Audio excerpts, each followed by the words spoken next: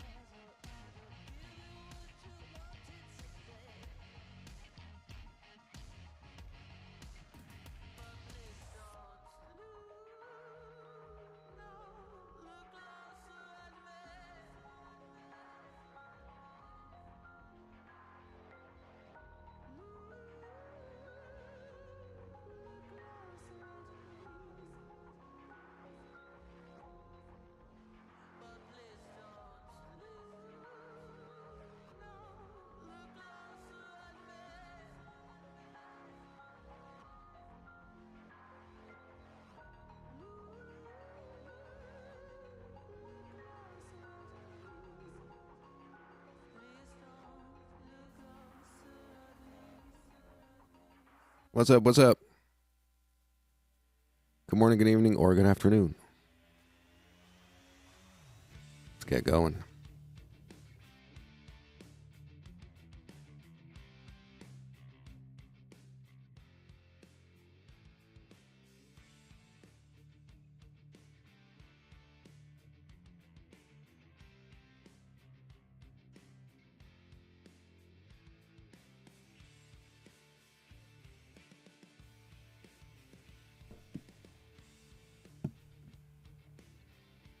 All right. Checking the sound. All right, we're good. Good morning, good morning. First order of business. London hour, levels. 1 minute left. High to low, pound dollar, first hour.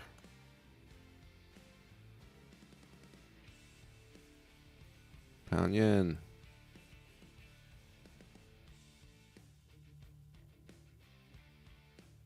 So, yeah, it's one of those weeks. Lots of news. We got the non-farm stuff first week of the month, and then interest rate decision for the pound, right? I think that's tomorrow or sometime soon. Check on that.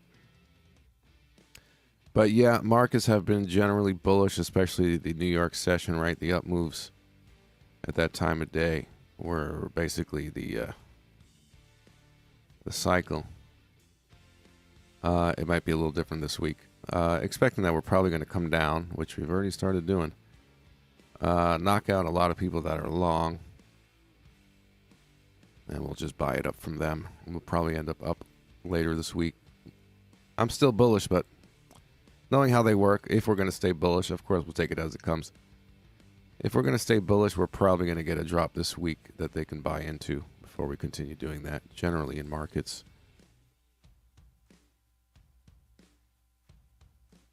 Friday was profit taking. Maybe you got in on some of that. And I'm not surprised we got a little weakness yesterday. This is the Dow, but generally, I feel like we're going to see, based on knowing how they operate, some of this action. But anyway, let's see. Get my levels tightened up here. What's up? What's up?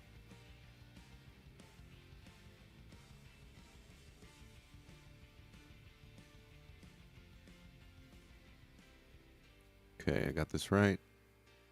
No.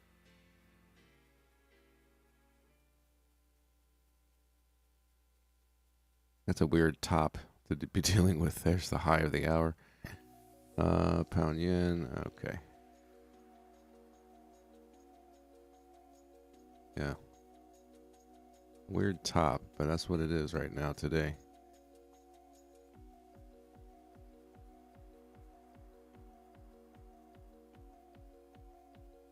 So we'll see if we get a setup with that. As we get later in the week, let me bring up the news. It's all about the news. Either you know, or now you know. Or you already knew. 1 second.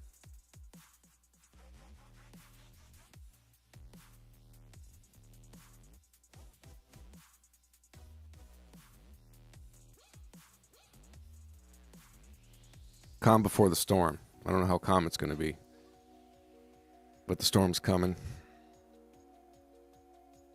Today is just GDP Canada, nothing crazy. Okay. Tomorrow it begins.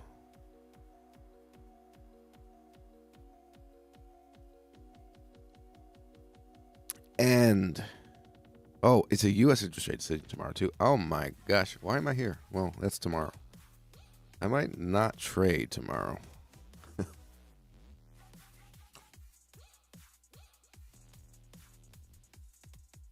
Certainly, that's yeah, and that's late in the day. Okay, so you have this tomorrow.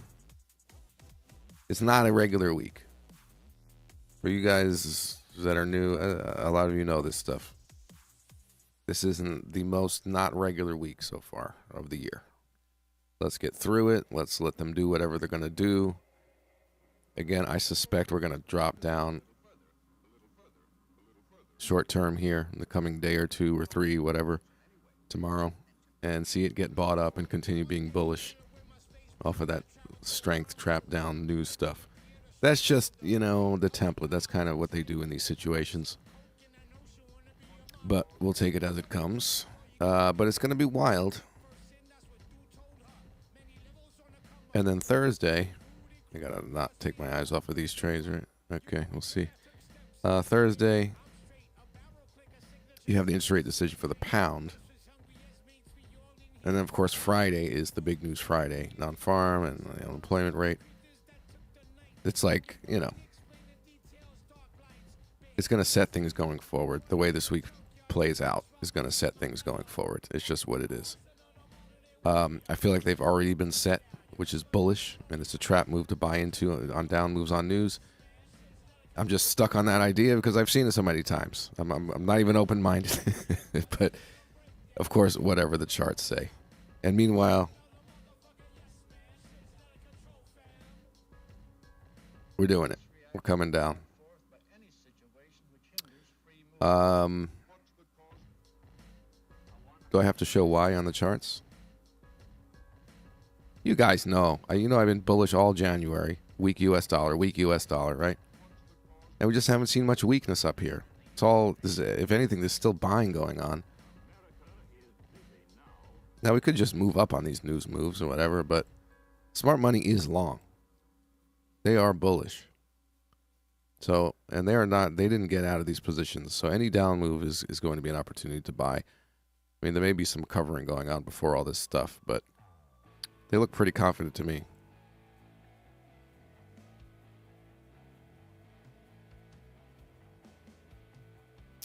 Indeed, Buck Wild. Indeed.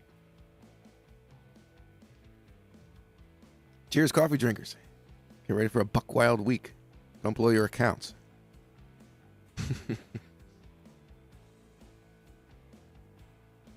So it's good to know, right? Going in. Well, today's Tuesday. It's my Monday. But it's good to know going in. You may want to lower risk. You may want to just skip certain things.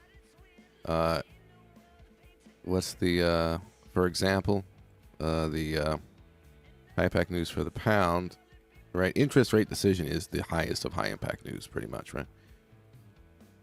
And that's on Thursday. So, like skipping the London hour trade on Thursday, right? Or taking a much smaller risk. These kinds of things you want to keep in mind. Tomorrow, late afternoon, right? You get that late afternoon U.S. time, very late in the session. It's almost the next day for the rest of the world. You're going to have wild stuff go on then, and you may have a weird day tomorrow because of that coming up so late. Plus, you have this to deal with. So, it's kind of like let it happen, let the pieces fall where they fall, and read the chart. Knowing that smart money is coming into this long, bullish. The money came back into markets. It's coming back in. It's still fun to watch people not see it. Hey, I could be wrong, but I had a damn good January, so.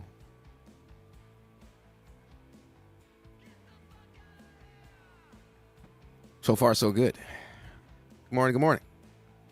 Carbon, your first trade of your life, your oil long position. Get ready for some pain. Get ready to see the other side, because it might just come down on you. But we're swing trading, and we're going to look at that as an opportunity to buy more. If crude gets down into the mid-lower 70s, upper 60s, which is the chart I want to look at, this one, that's where I'll consider. You got all this down here, right, to look to buy. You got big fib, you got everything, you got fake break here, fib zone, shit, baby, probably not all that, but you know what I'm saying? This is just how we do business. So, brass balls time. Yeah, I think you were right about that, Carbon. Brass balls. So that's where we are. That's where smart money is. That's what we're dealing with this week. How exciting. Crypto. Now, remember I said, I've been saying for weeks, I'm not selling to at least 24. Some small bit of my position. Hey, we got the 24. Hey, I sold some. All right, good. Very little, because I think I'm going to be able to buy more into there. It's time to play the game. Cryptos are back. Let's go. You know what I'm saying? We'll see. Hey, if the chart says something else, says something else. But if it says this, we know what's happening. We're ready. This is generally for everything.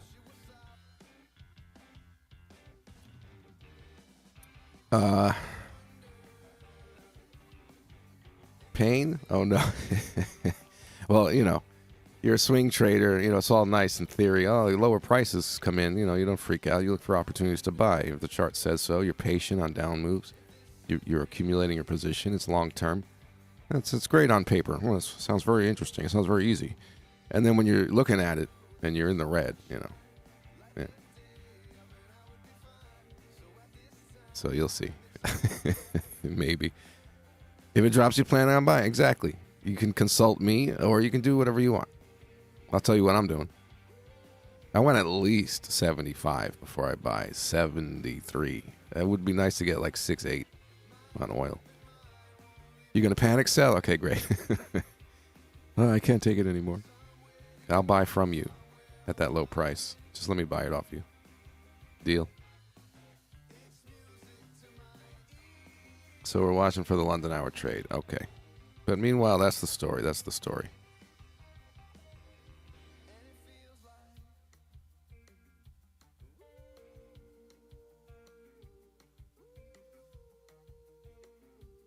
Friday was obviously in a bullish market. It's just common sense. In a bullish market like that, Friday was profit-taking day because of what's going on this week, right? You cover your ass last Friday. I did. That was the plan. That's what happened. Now let the buck wildness happen. Maybe we get some low prices. We'll take it as it comes. And as far as fundamentally what the news is, I don't care. Does anybody care? I don't care. What do the fundamentalists say?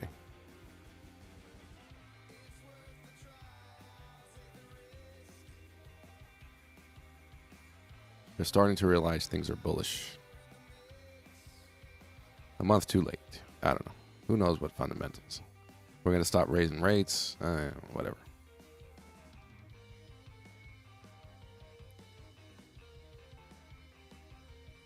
It's all good.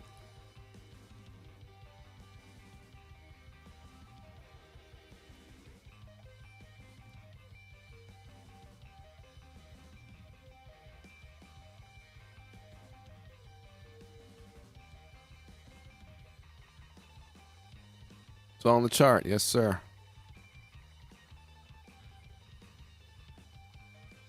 If you know how to read it, you know. The thing is, it's never that easy. It's going to be scary at times. There may be some really, I mean, I could be wrong.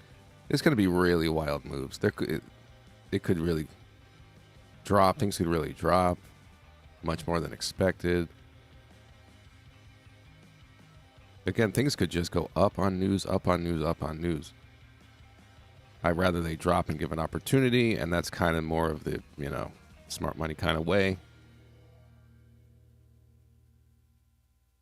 But so far I'm right, which was Friday kind of profit-taking day. Cover your ass because of what's coming this week in a bullish market. You want to do that. And then coming into this week and seeing the down moves, yeah. Strong U.S. dollar for now. For a day or two to get those prices down. Yeah. No London hour setup yet. Talking about bullish market. Cover your ass on Friday. Last Friday into this week. See if you get good prices. Let the storm pass. Or buy during the storm if you got the brass balls. Absolutely, yes. Yes.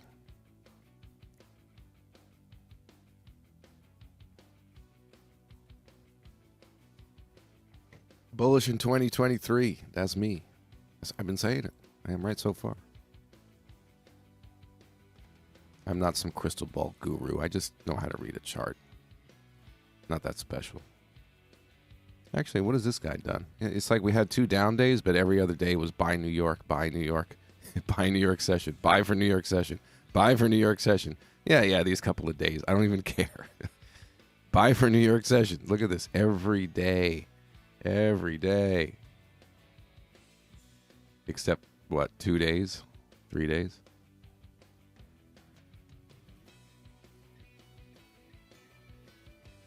We're still low considering that, huh?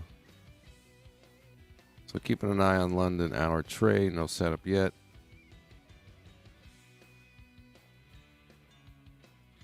Thursday, again, interest rate decision for the pound. All kinds of landmines. You might want to skip the London hour trade Thursday. Lower your risk. You might want to lower your risk this week going in with the week. Just, you're ready for anything.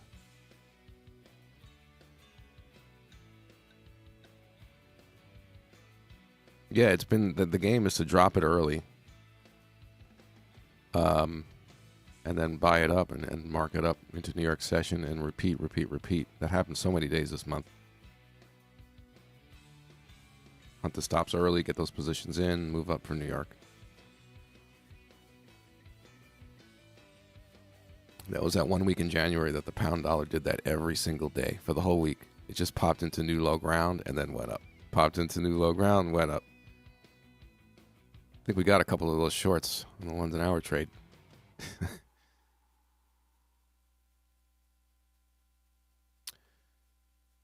So, yeah, I mean, if I get short today, it's based on that. It's based on kind of the theory of what's coming rather than, there's not weakness in the background. It's not a bearish market. But that's the good thing about London hour trade. It can get you in either direction. Get you in on the early move.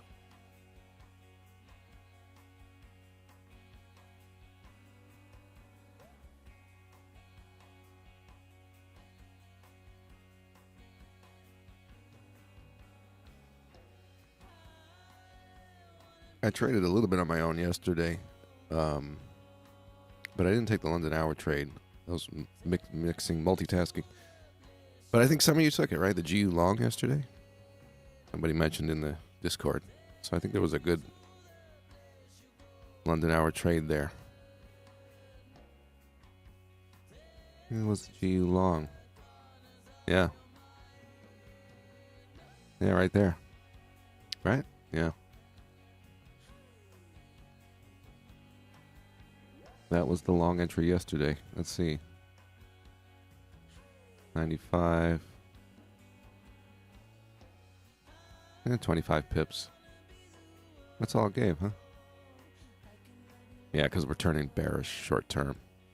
Yeah, at least you got that. You know me, at 25 pips, I'm putting some of the bank break even. Stop at break even. So hopefully you got something, you managed it. Gives what it gives. But at least you should have got something in that little move before the whole bearish shit kicked in. So at least you got something.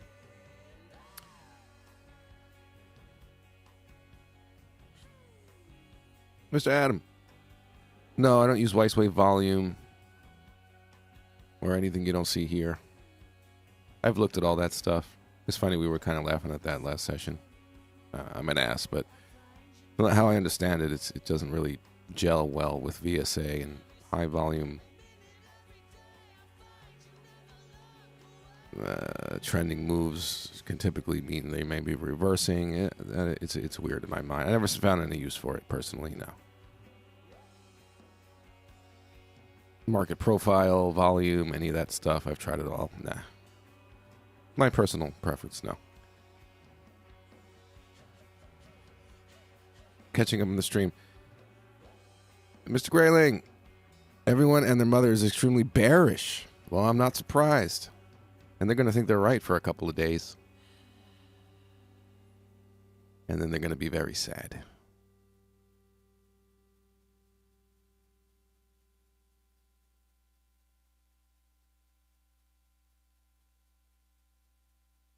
Is that like you're saying that you're hearing that around town, Mr. Grayling, that people are bearish right now?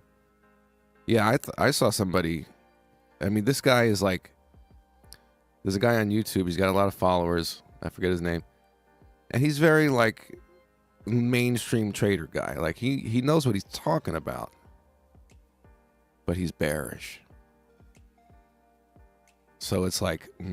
It's like just smart enough to do it wrong and get everybody following. And I keep commenting on his videos. I'm like, hi, it's me, the bullish guy again. I'm going to be buying the dips this week. Bitcoin is going to be at 35 soon. Okay, I'll see you next week. I want him to debate with me in the comments for fun, but he hasn't yet. We're talking about everybody's going to jump in on Bitcoin, on cryptos because of FOMO, fear of missing out. And then it's gonna come down because it's bearish. Nah, I don't think FOMO kicks in until we're above 30 on Bitcoin. I think people have been scarred bad, and they're not about to fucking. Oh, I'm funding my Coinbase account. We're at 24. We're at 23. Nah. When do they go? I gotta get back in cryptos, man. What am I doing at 35, 33, 37? Come on. It's not my first rodeo. By 40, they're going to be like, I got to buy. All right. Then we do a little shake and bake, you know? That's what I think. I'm onto their game. They just want it all. Is that so wrong?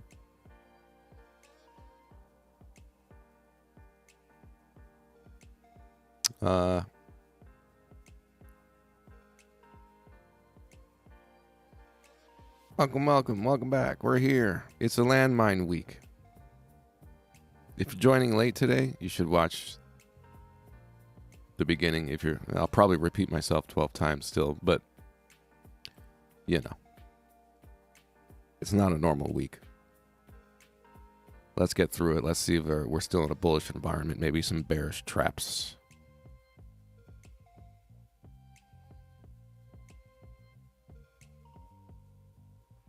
The textbook of smart money this week is that.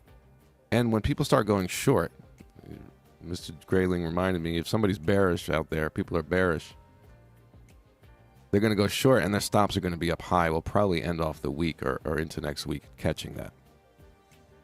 Catching the stops on shorts. And that'll pop things up even more.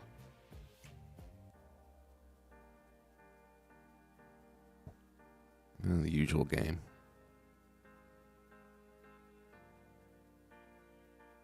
I don't know, man. I'm stubborn in my thinking. Hey, I'm listening to the chart. That's why. That's why I'm so confident. I'm not trying to play guru using mystical cards, crystal balls.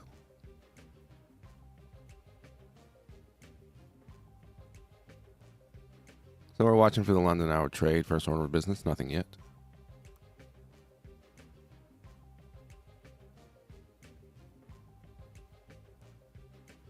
Lower prices incoming today. Not a surprise. Not a surprise. The trickery has begun.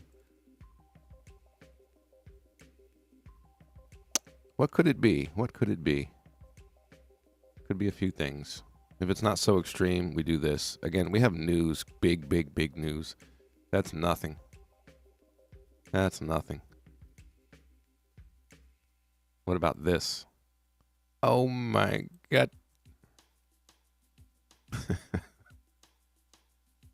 Kick out every swing trader left. I would not be surprised.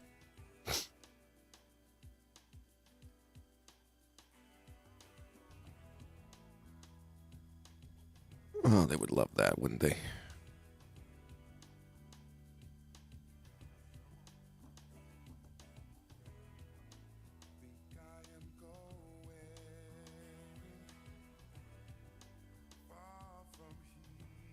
Thank you, Carbon. Yes, hit the like button, everybody. You follow some big fund managers who are very bearish. All right, I'll take them on. Last year they were wrong a lot. Well, there you go. Do the opposite of them on a demo. Post your results. So I just wanted to try something. Hey, look. Yeah. Well, they're going to think they're right. That's the thing. For a little while. Until they blink. And everything's up, up, up, up, up. It could be, Friday could be the slaughter of shorts. Right? Talking to some people who know and hear. Friday could be the slaughter of shorts. The short squeeze, as they call it.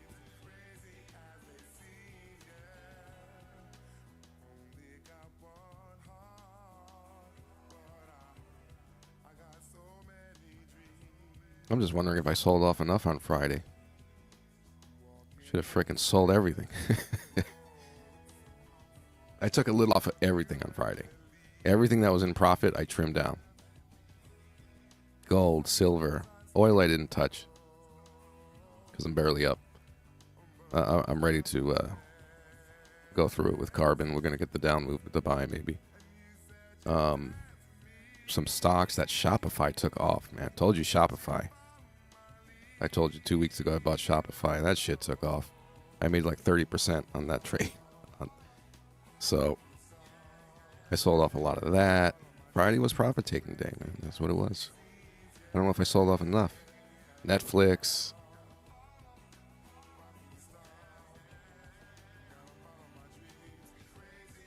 Yeah, I told you Shopify.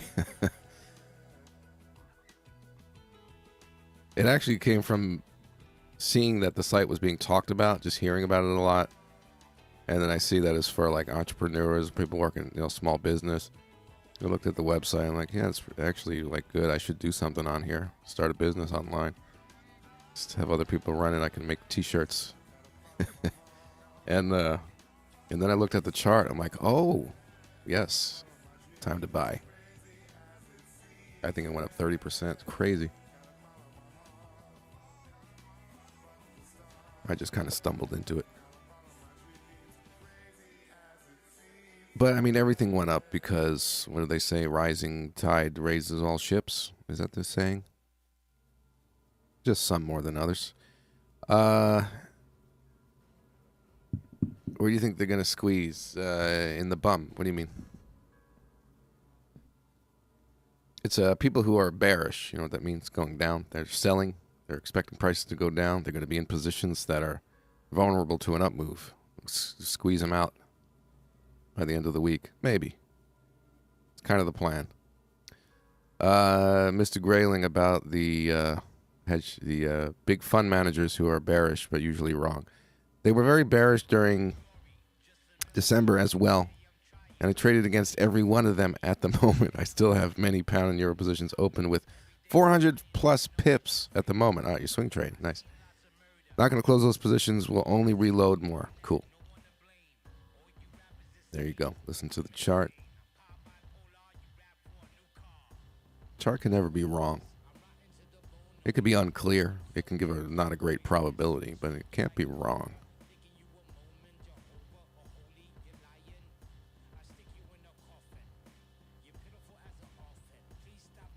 Okay, nothing yet on these.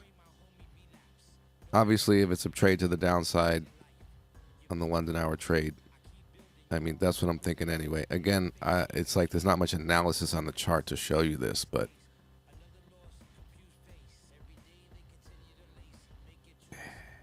we kind of know, don't we? We just know.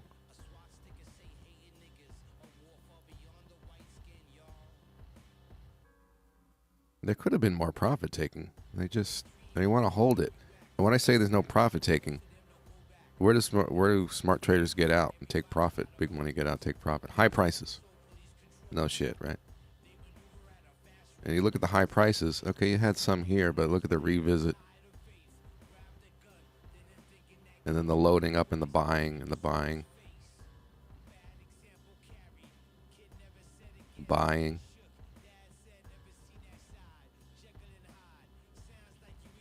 This is buying, is high volume leading to an up move. As yesterday market opened, things just took off. And again, where's the profit taking? Where's the weakness? That's how confident they are, and they want to build up more, apparently, probably.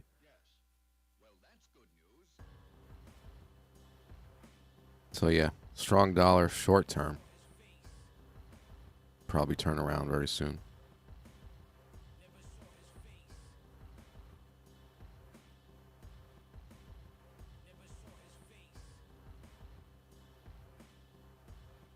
Yeah, the bearish people are going to think they're right for a little while. Things are going to move down on news. Then they're going to get in and go, I was right.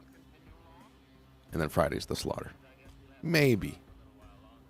We have to get through interest rate decisions. Gosh, those are wild. London hour trade, first order of business. We don't have a setup on that yet. As far as anything else at the moment,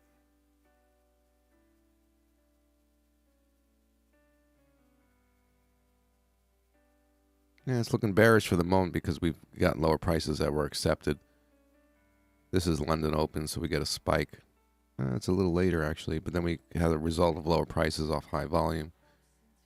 Lower prices off high volume. Oh, yeah, it's acting bearish. Wouldn't mind the GU short.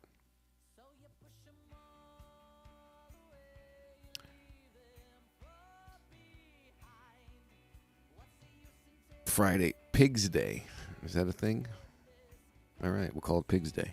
The slaughter. I gotcha. Pigs Day.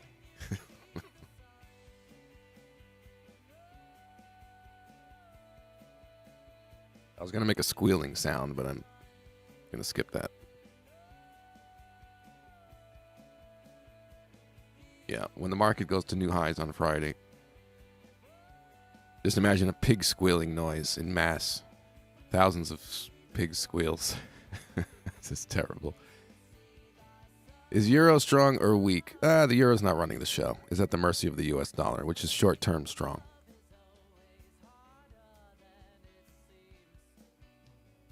You want to hear my pig squeal? No, it's not happening. But the euro itself, it's about average.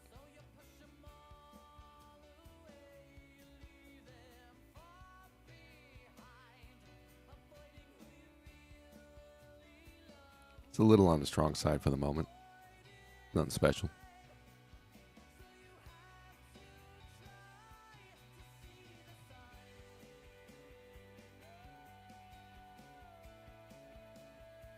Snakius, are you just getting here? Did you miss our whole catch-up conversation?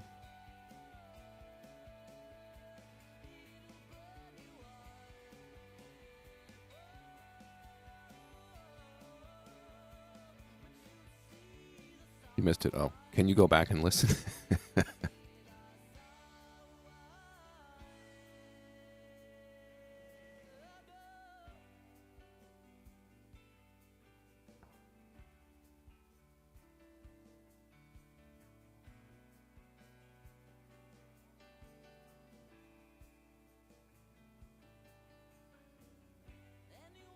Long story short, Things are bullish. There are likely going to be some bear traps coming in. Today, once we woke up, activity-wise, got into London, we did move down and accept these lower prices generally. Smart money is long and holding, but willing to endure. Apparently, because they could have gotten out more. We could have seen some climactic weakness. We didn't. Smart money is willing to endure this week. They must be pretty bullish. And maybe we'll get some better, lower prices.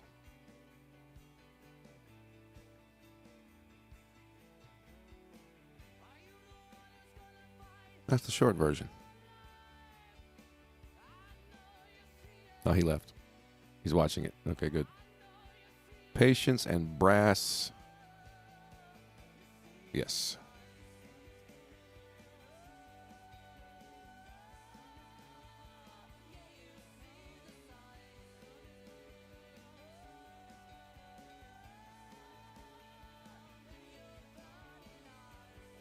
So no London hour trade yet.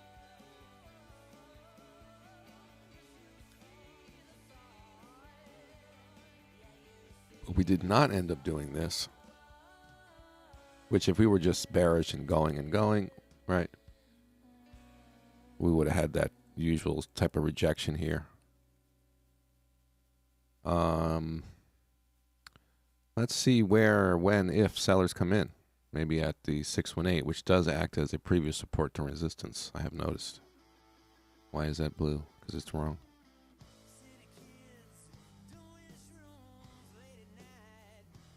I want to see about sellers, because we're short-term probably bearish. We'll see. It's a nice little spot.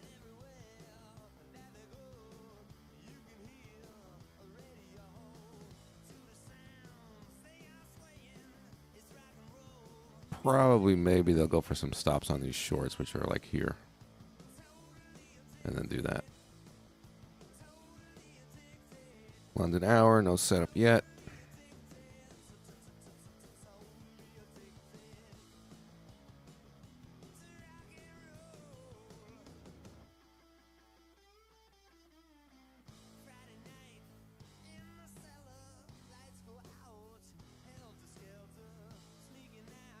I'm just looking for, if we get any sort of bounce here, little bounce, where the selling may show up and show weakness. You have a support to resistance, fib stuff coming together. Some stop losses on shorts again, yeah. If we get above 14, we're just moving our way up. We might hit that stuff with some volume.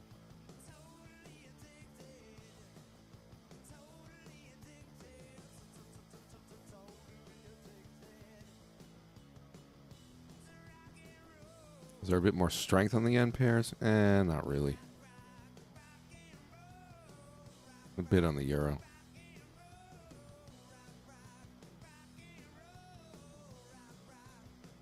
We just kind of started a downward momentum just for the day without much activity. And then hit some demand. But that's London open volume as well. I want to see if we're doing this for real. Catch some stops up here and continue. See if sellers show up or not.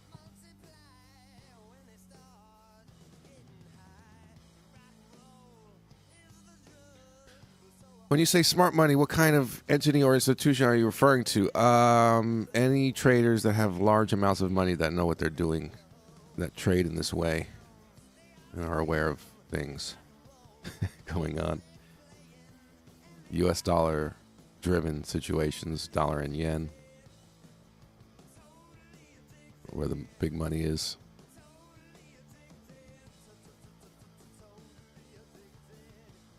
All of them.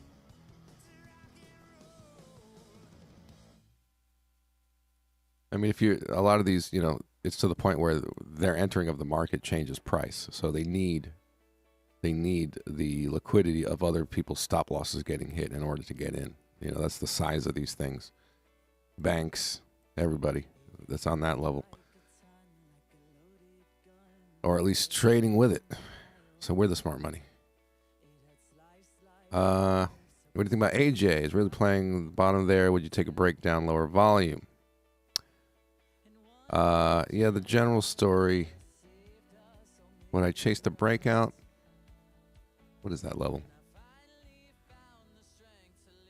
Did I not look at AJ? There's a support there. What is that? That's that.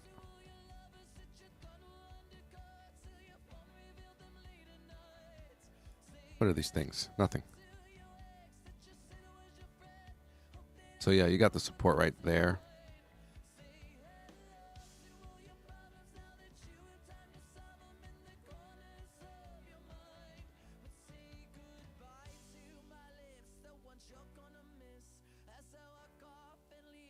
If that breaks down, you probably get a pound yen short on the London hour trade anyway. And that might be just better. But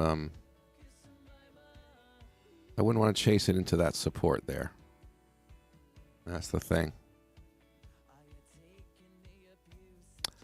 On these down moves, generally, the up move and weakness would be nice. Yeah. That's the thing about the down moves.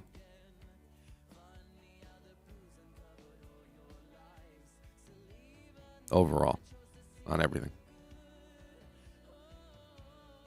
Now you got the London hour trade aside, but yeah.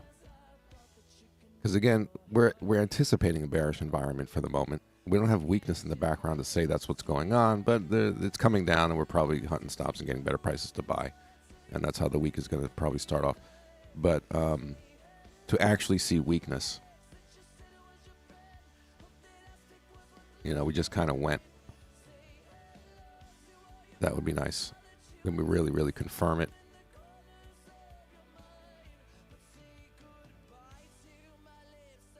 So high volume rejection here could be it as a correlated thing.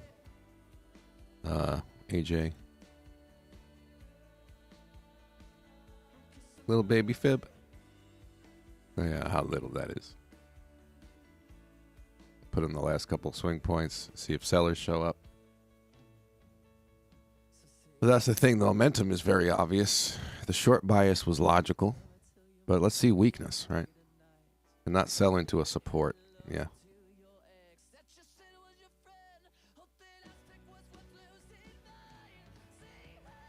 That's what I'm thinking.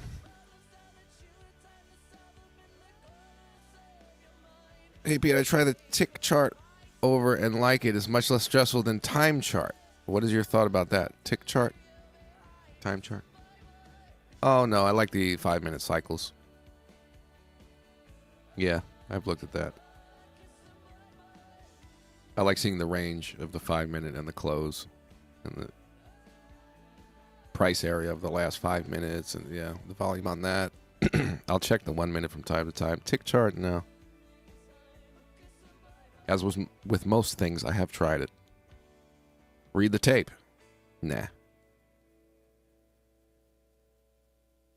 Whatever works for you.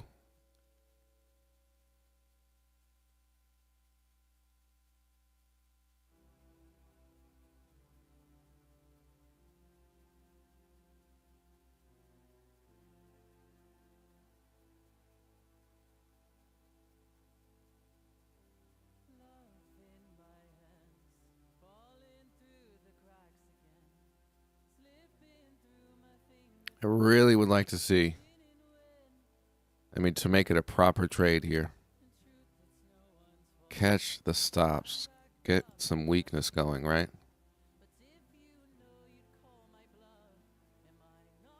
Give me some volume. Highest volume besides London Open. That's not too much to ask for. Right there.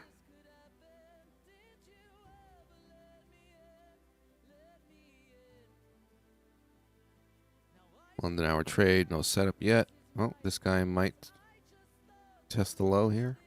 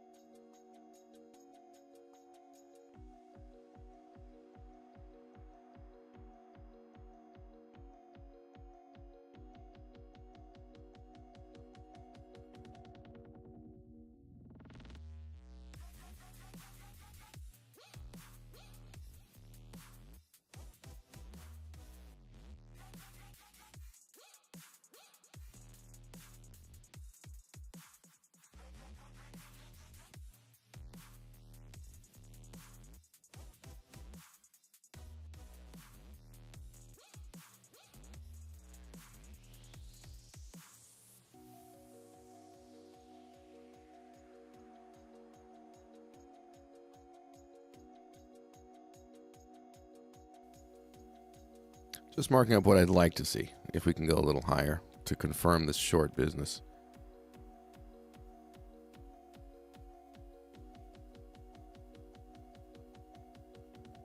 So if it happens, no accident. If it doesn't, we'll adjust.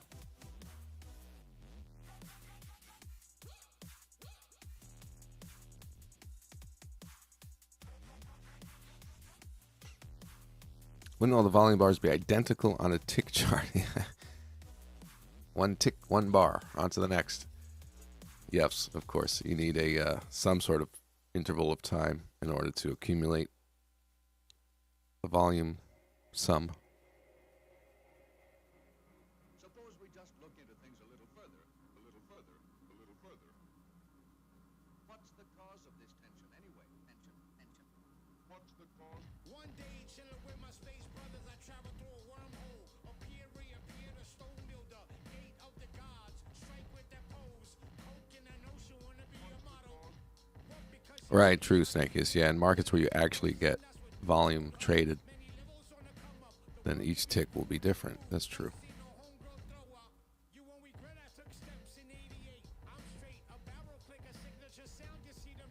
Yeah, this is tick volume, so that's what you get here.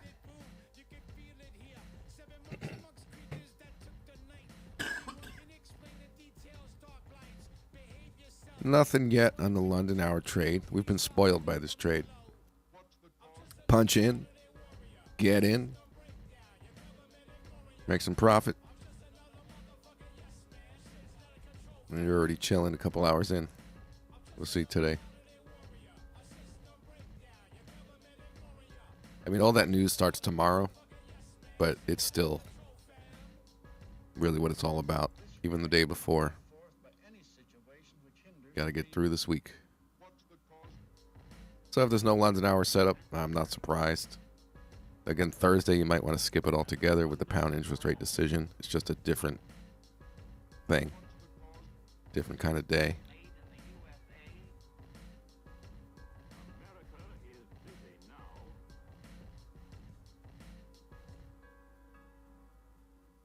But at least the interest rate decisions are going on the same week as the U.S. unemployment non-farm.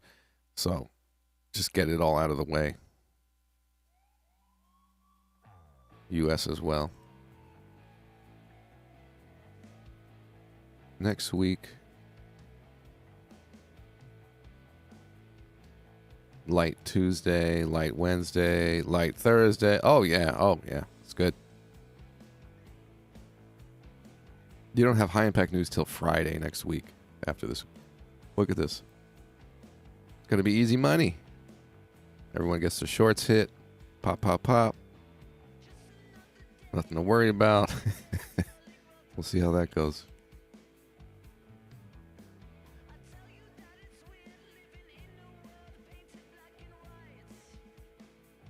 London hour trade, nothing yet.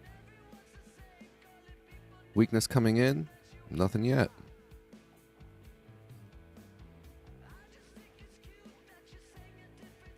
Nope. Patience.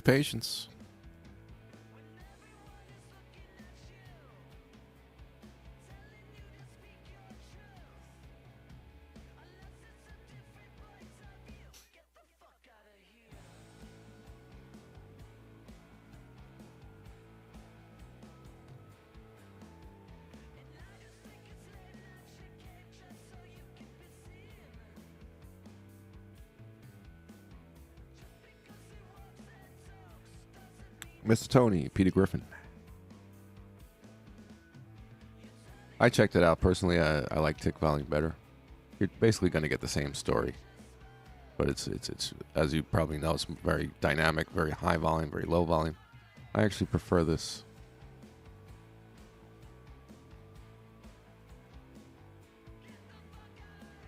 All right, this is key here. If we can get at least volume higher than this area, right?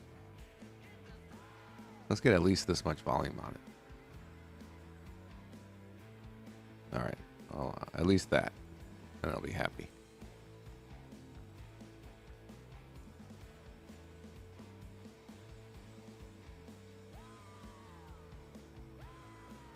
Snakiest, yes, I'm aware of that. I just don't want it on my chart. Yeah.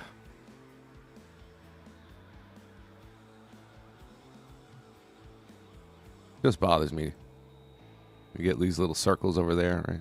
Nah, I don't like to see it. But yeah, anyone who wants the news on their chart could do that. We're getting the seller. Check the 1 minute. High volume. You ready? No. Got you all excited. Try a different broker? A little bit. A little bit.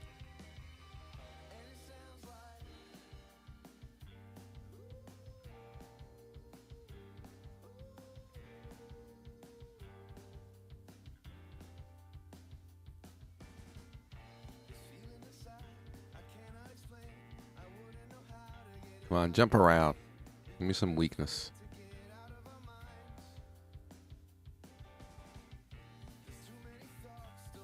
It's getting there.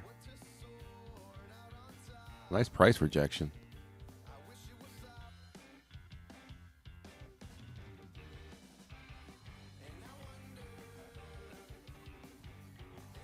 Nobody?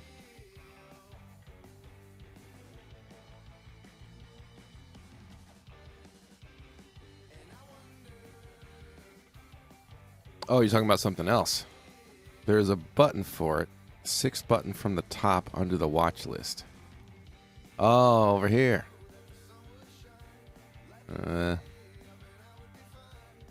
1, 2, 3, 4, 5, 6.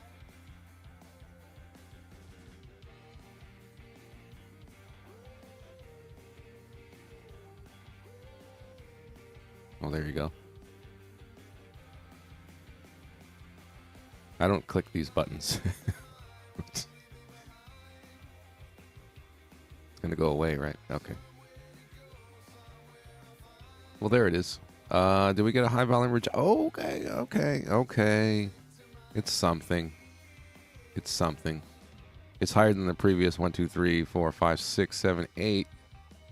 Right in our spot. What do you think of that?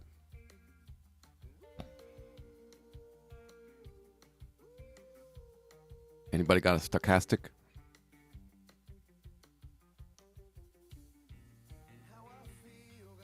Coming out of overbought?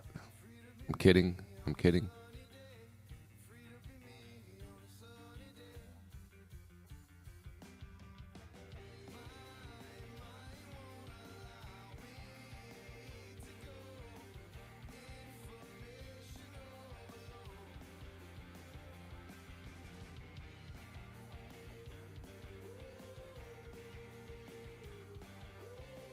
Okay. Somebody sold at our expected location.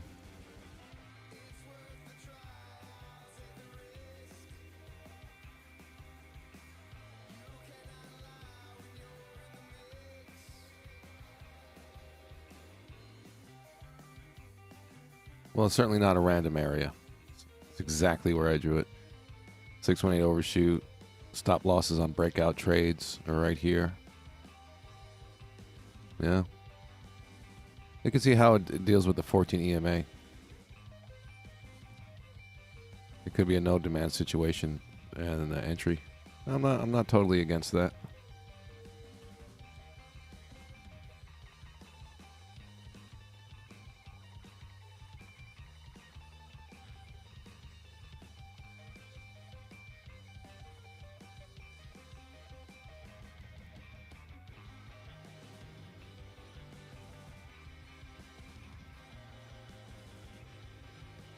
No London hour trade today yet.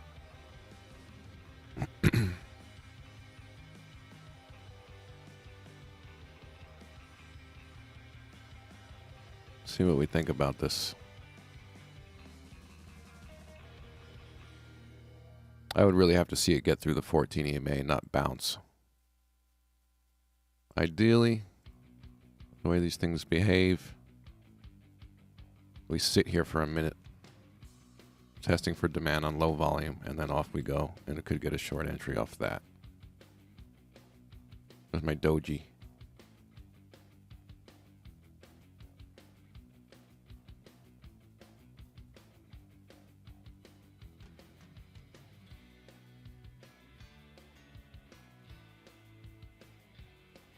Now this high volume is London open stuff, so I'm not worried about it being strength. Also, the reaction was lower prices that we actually got to see almost an hour into London session, and there's no issue with strength and price rejection there.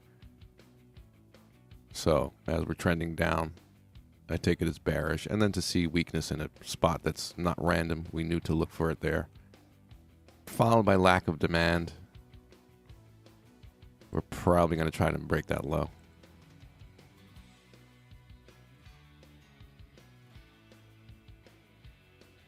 Demand.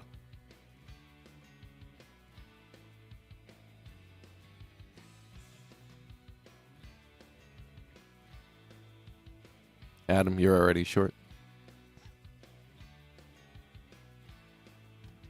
Typically, I'm looking for a little more proof of imbalance, meaning that the buying is low volume. That would be ideal. And typically, you just got to deal with this area where the 14 EMA is, and just, if you can't close below it, you're kind of not doing anything convincing. So let's see. Good start, because it's not just high volume, but the reaction is really good. If this closes at or near the low, this closed at or near the low, that's good. Yeah, they're not all great. I mean, that could have been higher volume. The higher, the better, so to speak. It's there, but could be higher. And then some of them are just kind of wimpy. Is it on? Like, did the selling really hit into that up move? Not so much. More on just the euro, kind of. What is the US dollar doing?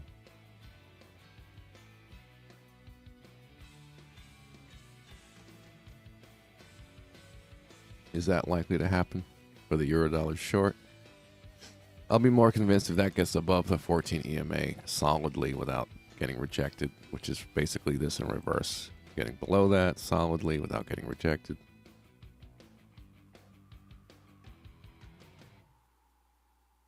If we pop up again and get even more weakness, sure.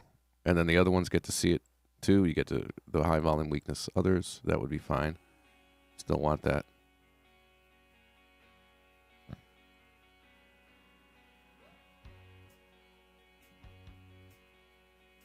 People are getting short, that's for sure.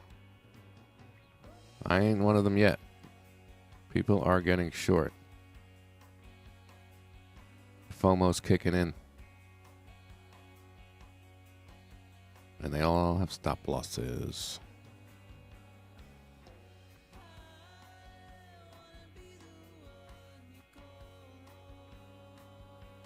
We got to hit the stop losses on the shorts by moving up. Then we can come down to hit stop losses on longs.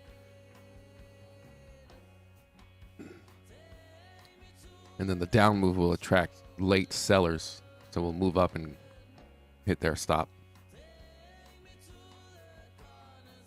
Sounds good, right? Everyone loses but the smart money. Is FOMO time already? I think it's a short. FOMO for short day traders that want to be in short here, yes. They're getting short, they're getting short, they're getting short. The stop losses are building up. They're clustering just above our little swing point. Just above obvious stuff.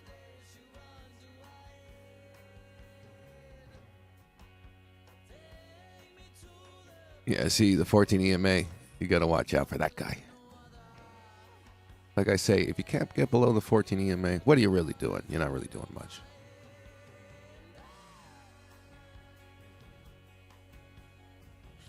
In a strong trend, you'll just keep rejecting that and rejecting it up. Oh, yeah, okay. Is this the high volume we want?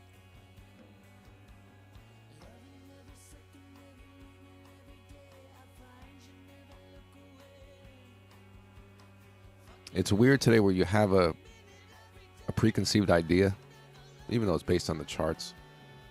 It's some of it's theory, and you're looking for the chart to back up your theory. Normally, you don't want to do that. You have a preconceived idea, and then you mark it up saying, I hope it happens. But it is based on the positions that smart money's in, the games they play. And if you're right, you're right. And this chart says, yep, you were right. So now what? Now that you're right, you might want to get in the trade. If something else happens, we'll see. Here it is again, right? We're going to get the high volume up there. There it is. Nice. Back to where I originally drew it. Get him, get him, get him. Get those stops. Ooh. Oh, my God.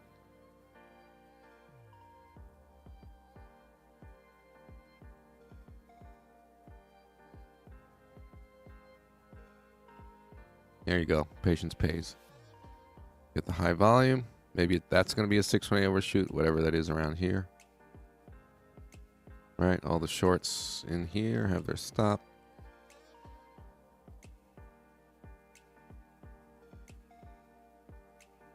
See the 1 minute? Oh yeah, there it is. There it is.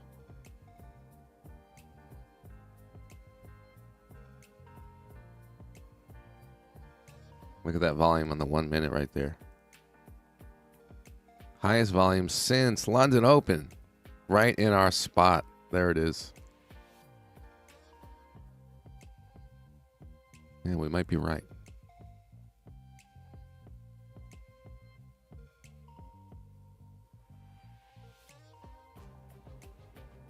This is where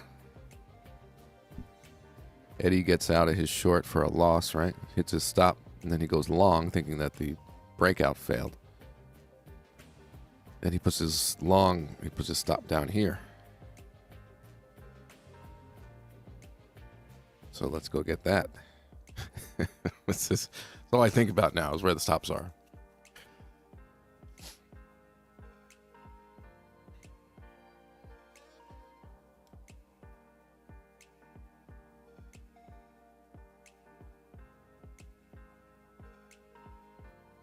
That's the volume we wanted.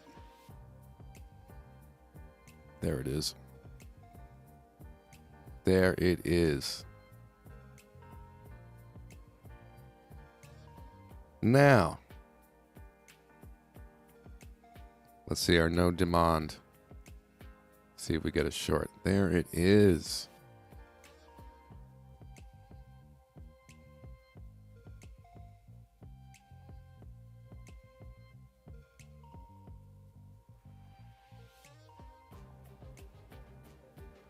Now I wait to size in if it breaks 14. Do you?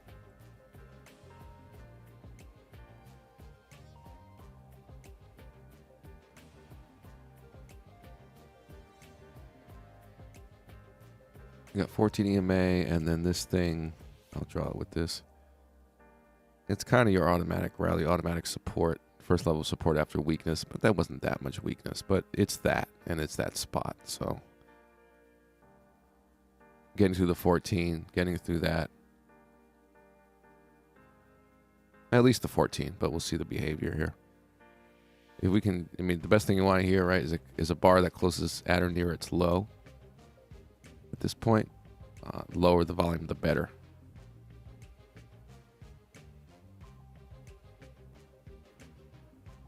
Certainly by that point, I would want to get in. If we get any sort of volume spike and rejection here, no deal. Probably going to be a good one, though. It's looking good. London hour. Nothing yet. There it is. Ooh, sellers, you thought you were safe. You're not.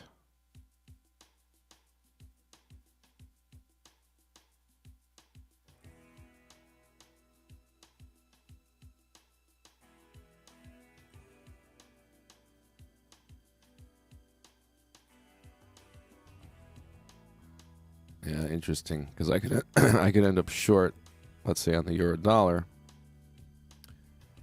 and we know with the correlation, U.S. dollar going to push this down maybe and give a short entry here while I'm already short against the U.S. dollar. It's not that different of a trade. It's kind of just adding to your risk. Just saying. We'll see.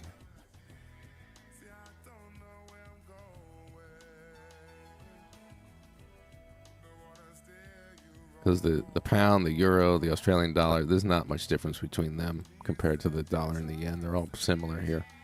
It's one storyline, basically. So you short one, and then you short another like it's a different trade. It's not really.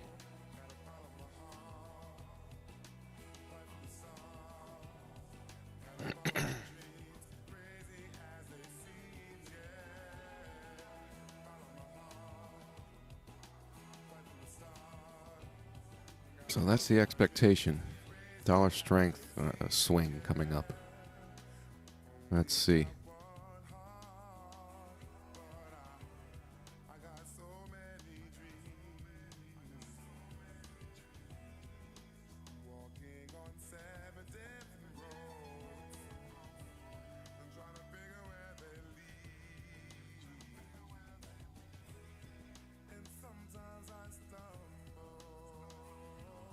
I'm kind of just playing it by ear for the rest of the week with all the news and everything.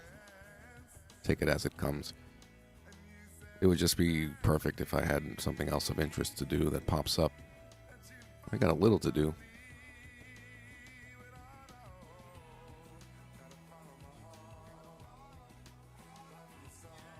Especially Thursday, but wait, tomorrow's U.S., right?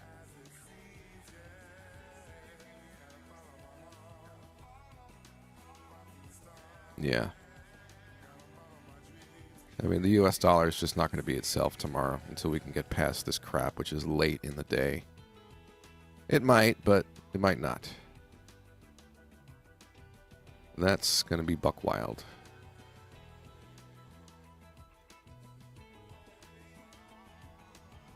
Just want to do something productive if I don't trade.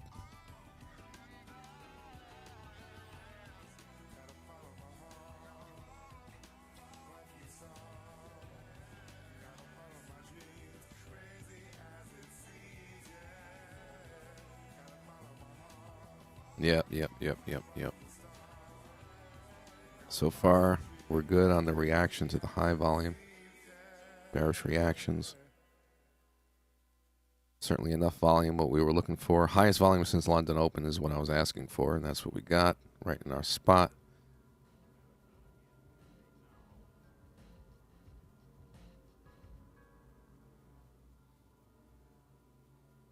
So we're hunting this short. We're still hunting the London hour trade. We're hunting.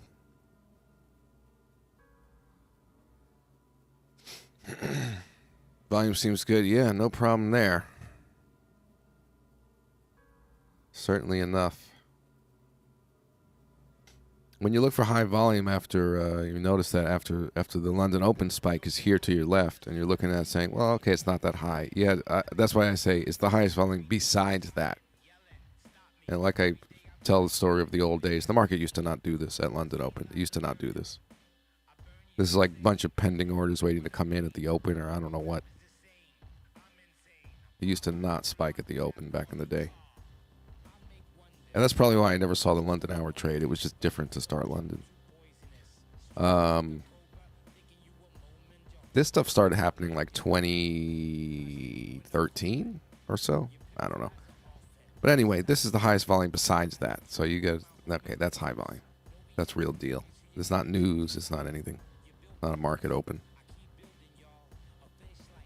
That's real deal. Trustworthy.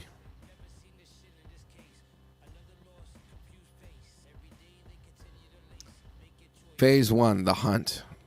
Yes, carbon. Phase 2, the accumulation. News whipsaw. Scare everybody. Make them think they're right. Make them think they're wrong. Phase 3, markup. Bears destroyed. Pig squeals on Friday. All right, we'll see. We'll see. Usually, when I'm obsessively talking about something, I'm right. Usually.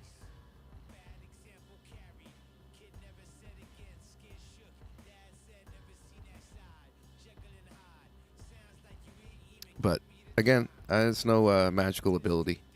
Anyone who knows how to read a chart and knows the tactics, yeah, the trickery of the smart money. A lot of people agreeing that know what they're talking about. Yes. Well, that's good news. If we're still going up, we could again spike, and as long as we're rejecting, probably won't go up from here though.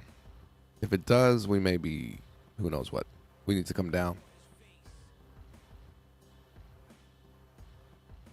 Stop hunt over. Let's get on with it. People more about the advantages of alt-products. Our advertisements are appearing everywhere. And that cannot continue. Let's get on with the down move on the dollar pairs and even some of the yen pairs. EJ. Going to be awfully hard on them and their families. I hate to break the news. This is kind of low and close to the bottom and not very active here. Got a support there. Not my first choice at all. Eurodollar probably is. London hour trade, nothing yet. Hunting.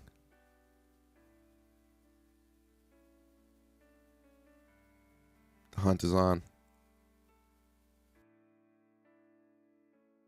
Locking all your hopes into your tiny little dreams. Because you think the world is just too big to ever see. So you push them all away, you leave them far behind. What's the use in taking chances in this godforsaken life? This godforsaken life when you see the sign.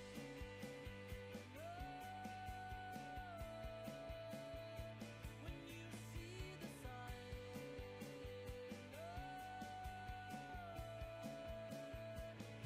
It'll burn you but you'd see the sun. Yeah, you'd see the sun. I'll be back in a minute. I am keeping an eye on things. Say that love is always harder than it seems. And you say you can, but never say what you really mean. So you push them all away, you leave them far behind.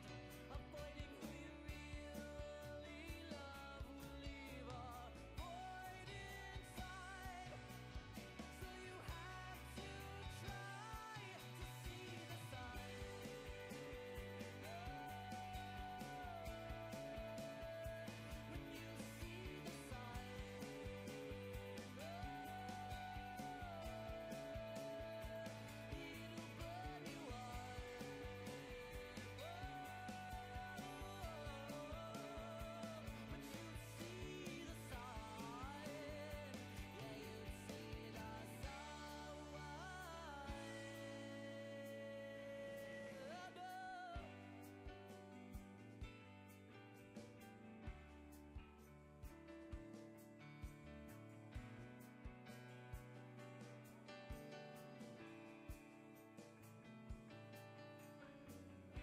Anyone who's pushed their dreams aside, oh, do you see it?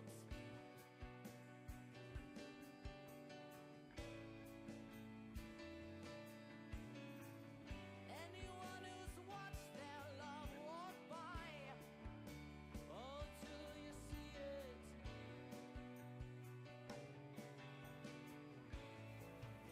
We are hunting. Potential euro dollar short. EJ even maybe. London hour trade. We're hunting. Are you the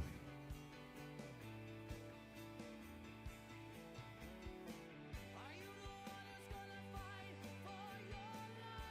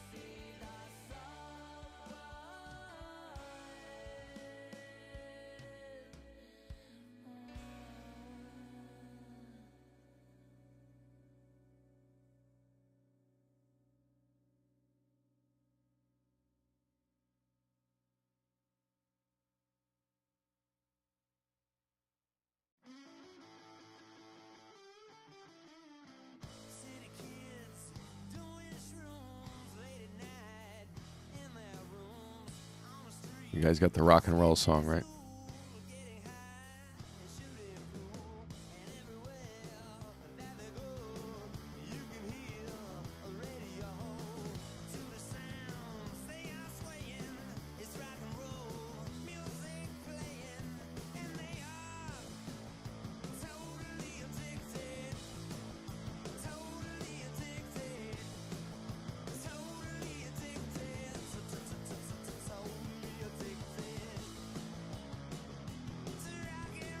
We're out here hunting.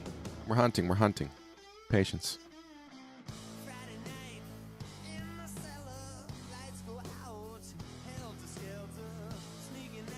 Hit the like button. If you're new, we're here Tuesday, Wednesday, Thursday. Sub. Join us.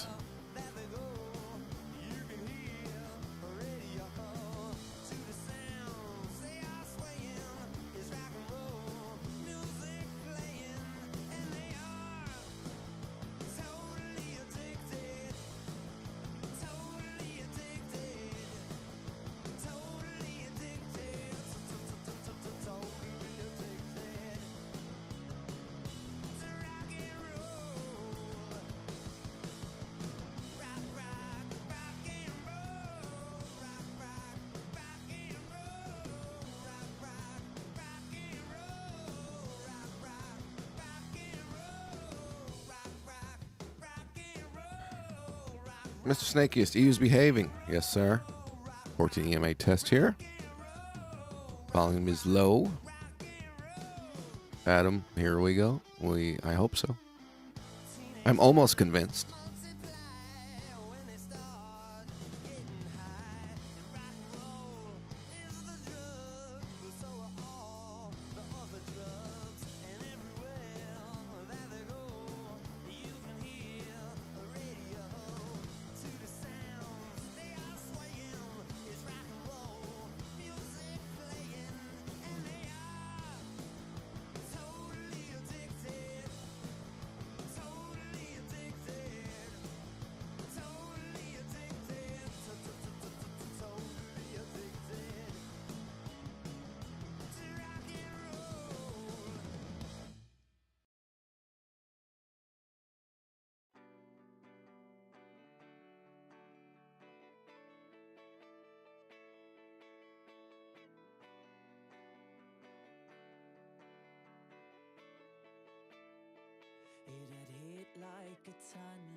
So again, as I say, most of you know this, the behavior at the 14 EMA,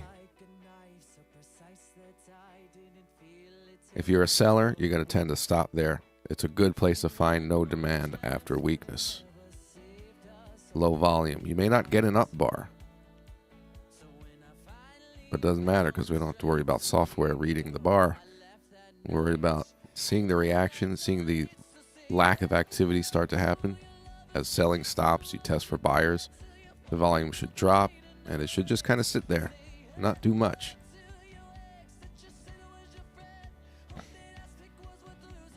And you typically get a smaller bar here in that situation, obviously. Selling pauses, and buying is inactive. It gets exposed, you have your imbalance, high volume selling, low volume buying. This is another checkpoint for buyers too. So this is probably my entry price right here. Pushing through the automatic support. It's the Wyckoff distribution into markdown on a 5-minute chart. Because it works. Because it's fractal.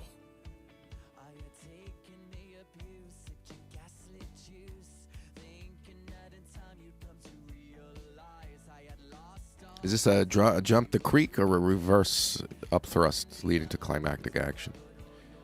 The music makes feel like I'm in Vegas. There you go.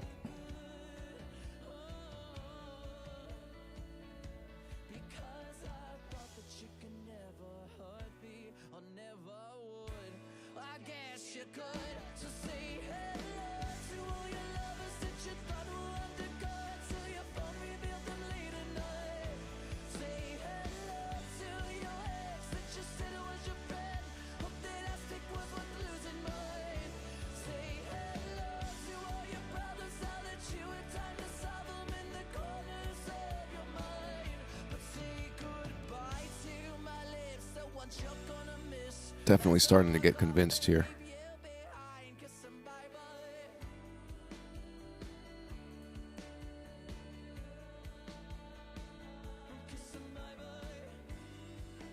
Mr. Grayling. Ah, no. I might do okay in Vegas. I'm a lucky guy. Say hello to all your lovers that you thought were undercover till your phone revealed them late at night. Say hello to your ex that you said was your friend. Hope that last pick was worth losing nine. Say hello to all your problems now that you had time to solve them in the corners of your mind. But say goodbye to my lips, the one you're gonna miss. That's how I go and leave you behind. Kiss and bye bye.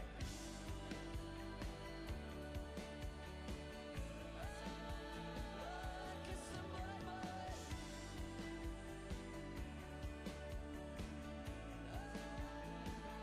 Kiss and bye bye.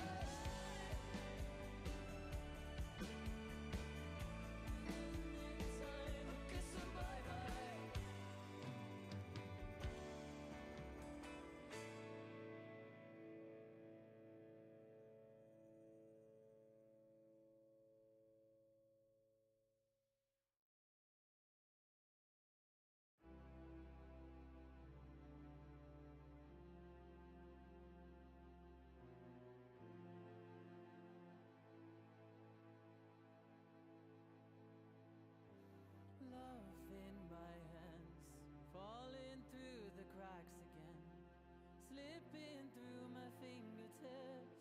We didn't win. In truth, it's no one's fault. I stand back up and dust you off.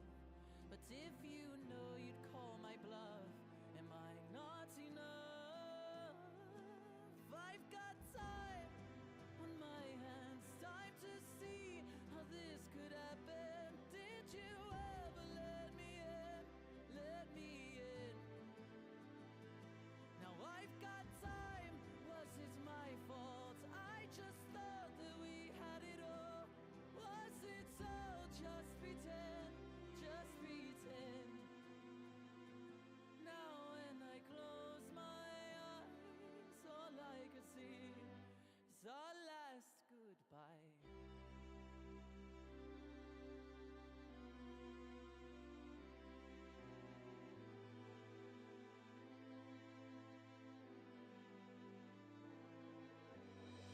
Love's a fickle thing. I watched you change with the season.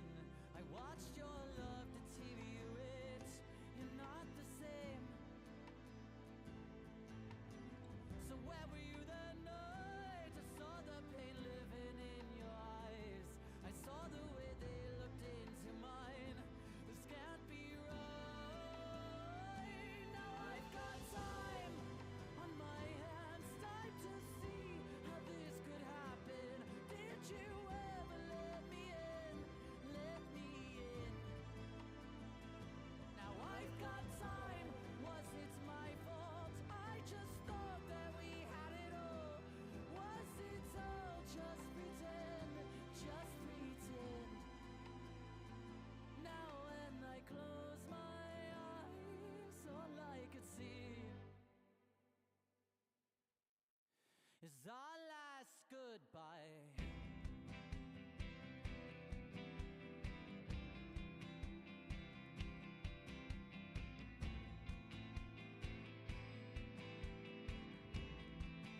Our last goodbye.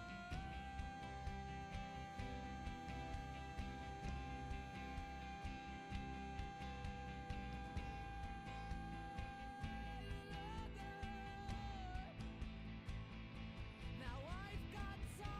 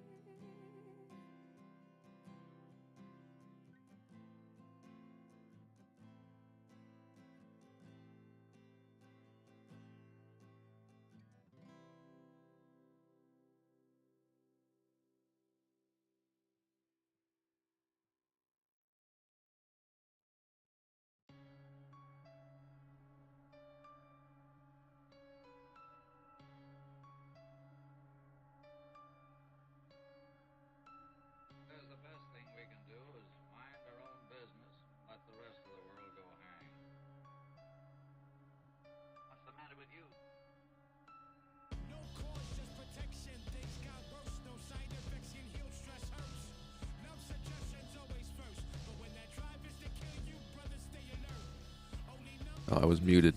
That's why no one answered me. So while we're waiting for this, I'm okay with this volume. AI stocks. AI. Right? Next bubble. Next train coming.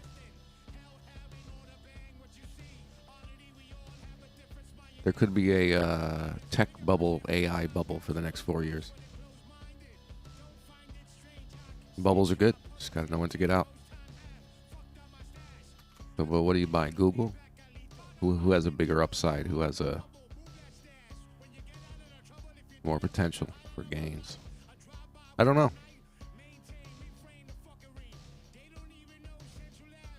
Yeah, I was muted for a moment. But that's what I was saying. Was that Microsoft?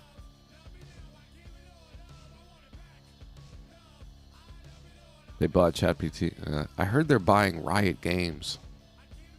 That's a freaking huge.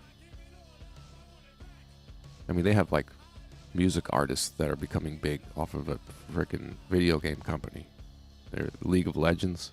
I heard Microsoft is buying that. That's kind of sad. I like them being.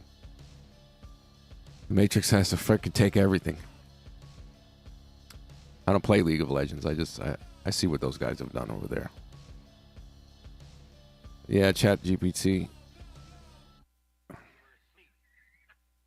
There's got to be some smaller guys that are really doing something. Yeah, ChatGPT, and now it's Microsoft because they buy everything. So yeah. But that would be, doesn't take a genius to figure that out. That's likely to get a little big money being put into AI companies.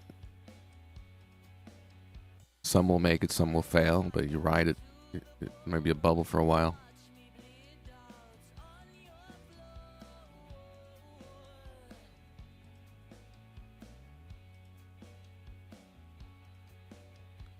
Then you can get into, if that's really happening, which it looks like it is, what companies will suddenly benefit and be much better at what they do because of AI too. Maybe a whole domino effect. And who's going to go out of business?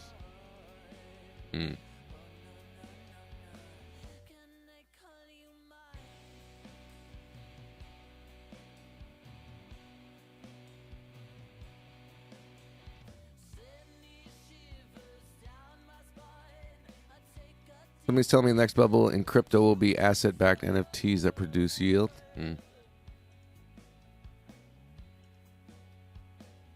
Do you see NVIDIA having AI that makes YouTubers' eyes look into the camera when they read a script off screen? Ugh. Creepy.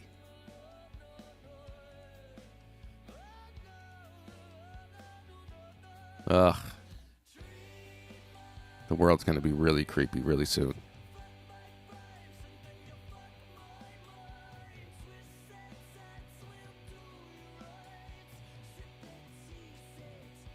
Yeah, we're coming up on a period that we don't know what we're looking at. Is this real? Is this not? Oh my God. You can't believe your eyes anymore unless you see it for real in front of you. If it's video, if it's a voice, you don't know what's going on behind the curtain.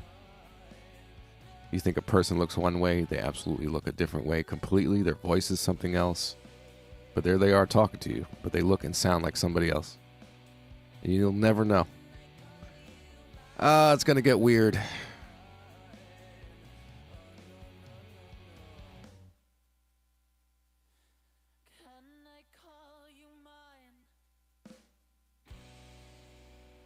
Buddy, waiting for Reddit to pump some meme stocks so I can start building a short position.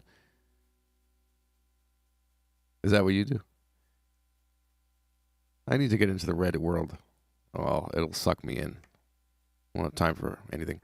Would the bottom of the bar that just closed off EU be the automatic support level after weakness, or would it still be the first bar? That's a good question because then we really, really got the weakness. But the answer is both, because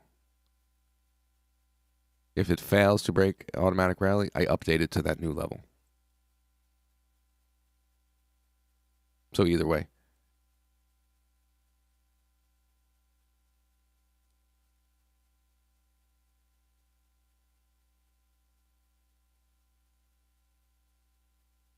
So that's what I do with automatic support, automatic rally. I update it on the fail.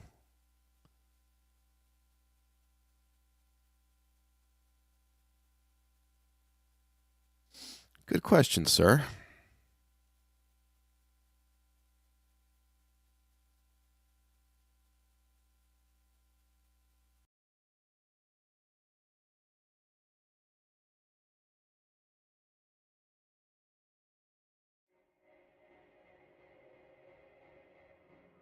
Suppose we just look into things a little further, a little further, a little further. What's the cause of this tension anyway? Tension. What's the cause? One day, chilling with my space brothers, I traveled through a wormhole. Appear, reappear, the stone builder, gate of the gods. Strike with that pose. Coke in that notion, wanna be a model. What? Because she thought you gotta be thin. A little thick person, that's what dude told her. Many levels on the come up. The world could be rude and crude. Just see no homegirl throw up. You won't regret I took steps in 88. I'm straight, a barrel click, a signature sound, you see them jakes. What is this? Pepe Koi? What? Pepe the alt-right frog. He's a frog. He's alt-right. The frog of chaos. All right, let's see.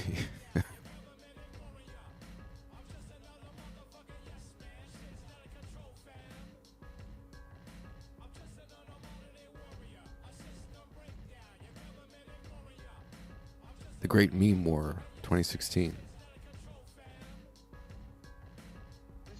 All right, so Eurodollar coming our way. Might get the entry. Some of these guys are like, F it, we're just going. The Australian dollar is just weak, yeah. This is crap, though. It didn't go anywhere. EJ, there was your test spot again, right? We wanted to wait for that. 14 EMA. And 618 is even a support to resistance, but it all came together there as a test for buyers, showing some buy activity for the moment. Nothing crazy, not high volume rejection there.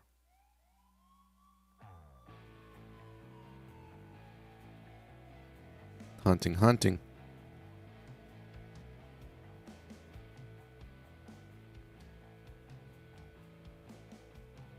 Gold. Gold, I only swing trade. I finally sold off a little bit on Friday.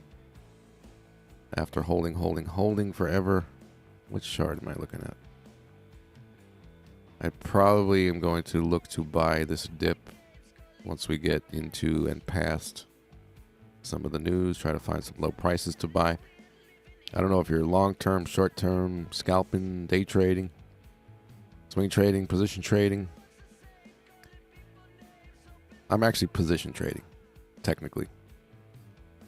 But yeah, this is, as I've been saying, everything's bullish. But this week is most likely a chance to get some lower prices and get in there again. So I closed off some of pretty much everything that I had on Friday.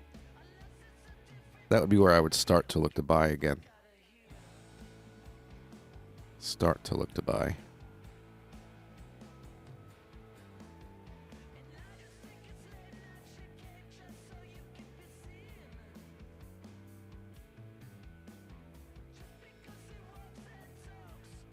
You swing on the daily. Okay. Nice. So you kind of live on the daily chart. Well, that's a very nice, straightforward situation. Wait, let me just check the euro dollar, and then we can look at that. I gotta keep watching this. I gotta watch it right now. We'll get back to that.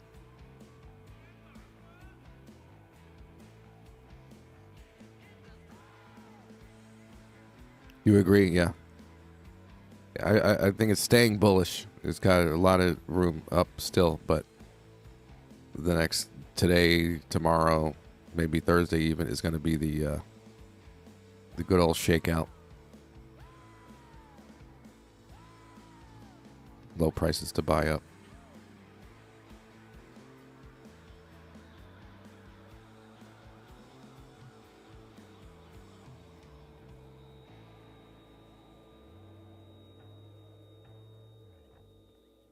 Yeah, again, there's no issue with volume around this area. I wouldn't be that nervous if I was short, but I want to see just below this level. Because before, right, we were here, and I wanted to see just below that level. And you see what happens. So, let's see if we can do it this time and actually get there and stay there. On no demand.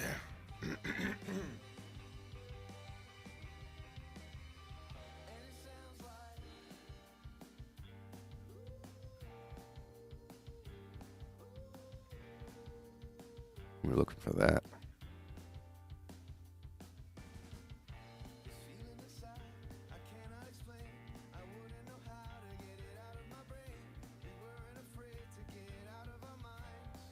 London hour trade. All hands on deck. Funny, see, I said this is what I said. I might be dealing with this setting up short against the US dollar, euro, and then short the pound against the US dollar on the London hour trade. If I think that I'm going to be getting in both, I'm going to have to position size accordingly, right?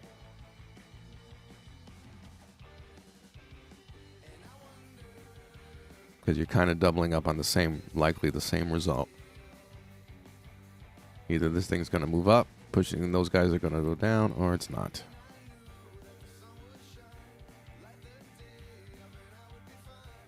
Nothing special about the pound as far as weakness right now, is there? No. How does it look compared to... Okay, a bit weak compared to the euro. That's good. Yeah, it's just kind of average. Okay, we'll see about that.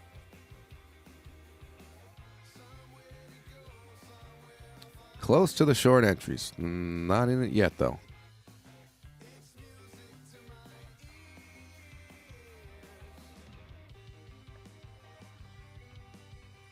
Euro strong today. It could be on the stronger side, but I'm probably going to be betting on as I get short, if I get short, that the euro will be stronger for a little while. The U.S. dollar will be stronger for a little while. So you may have an up move, euro versus pound and euro versus other things. I could see that happening, continuing. But I think the strong U.S. dollar is going to push it down nonetheless. If I get my entry, I definitely think that. Right now, it's almost.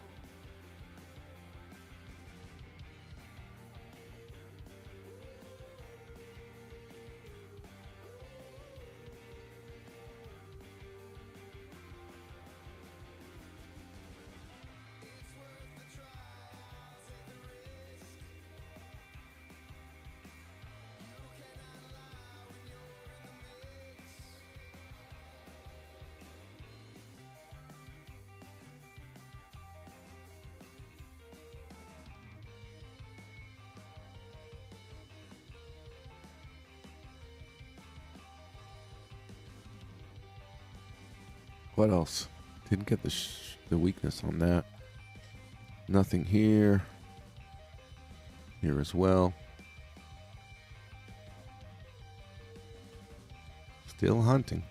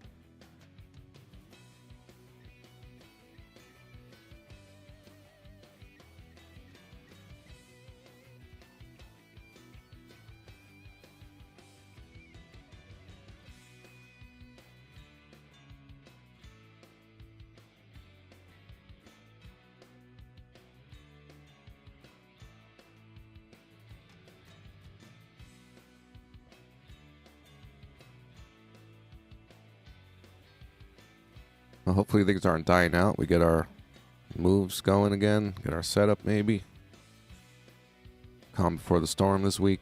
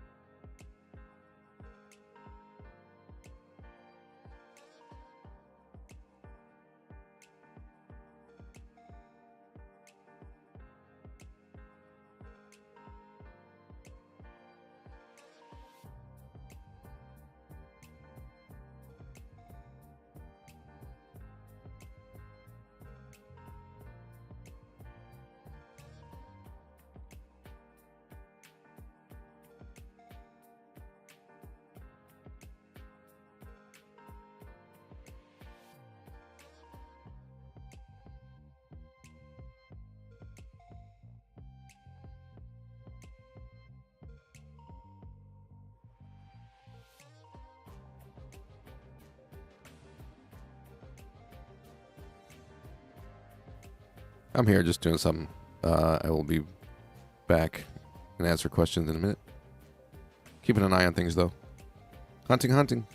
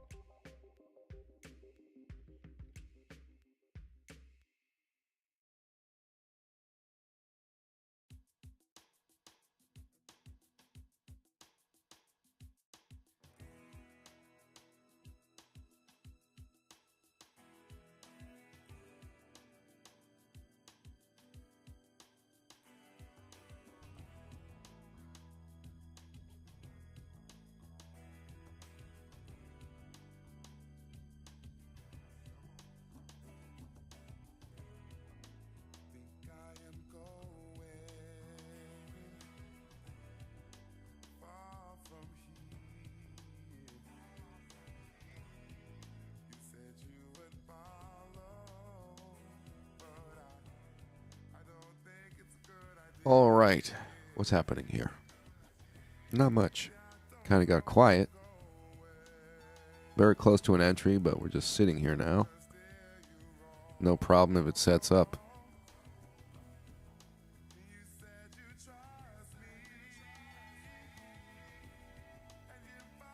$100-hour trade. Very close to an entry as well. Didn't happen there.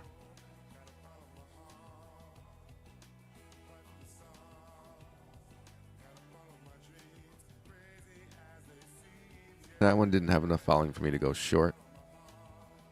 But basically that pattern is what we're hoping to see here. No trade yet. Chat.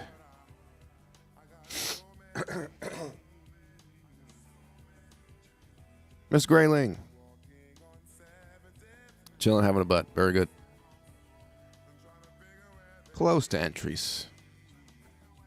Nothing yet. Pete, is it possible to say how much you risk on a trade? 2% or less? Question mark. It's less than 2. Well, here's the thing. I don't like keeping money in my Forex account more than I have to take the trades in the size that I want to take them. So, as you're always taught and told, you put all this money into your trading account. I don't know if I've ever explained this. All right, you're supposed to put all this money in your trading account only to risk 1%, 2%, 3%.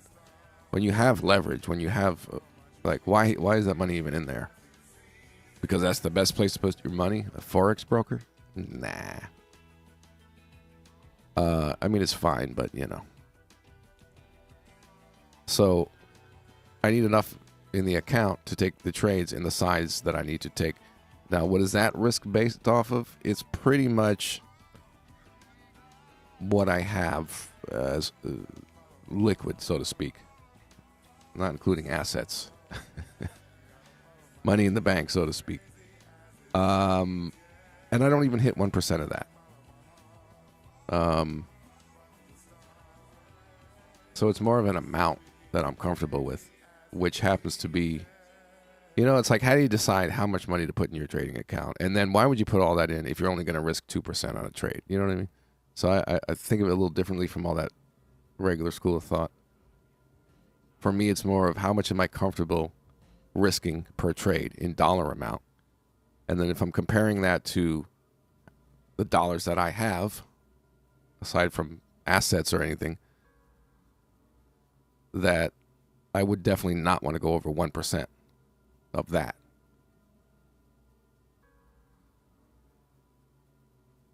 So I think of it that way. I thought the same about storing large sums at a Forex broker. Yeah. Yeah. It's just dormant, right? No interest. Exactly.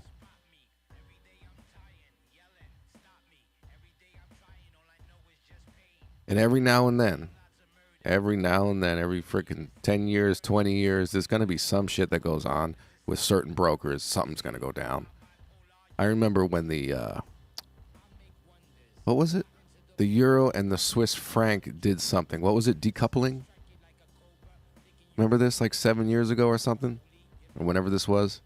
The decoupling of the Swiss. And people had negative balances in their account. It was crazy what went on, Makes sense, right? Yeah. You right? You remember that? And I remember a bunch of people saying, I read online, oh, my account balance is negative. Like, I didn't know that was possible. Negative. So you owe the broker money? Like, for real? Like, legally? That's, I mean, zero's bad enough. Over the weekend reprice, yeah. Yeah, 1,500 pip drop and 4, yeah, that was, yeah.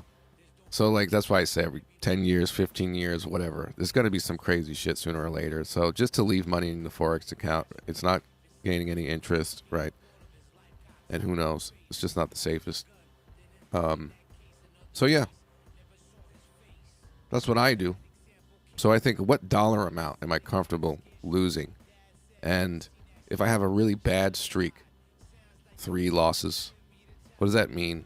I don't want to be down 10% on 3 losses. I don't.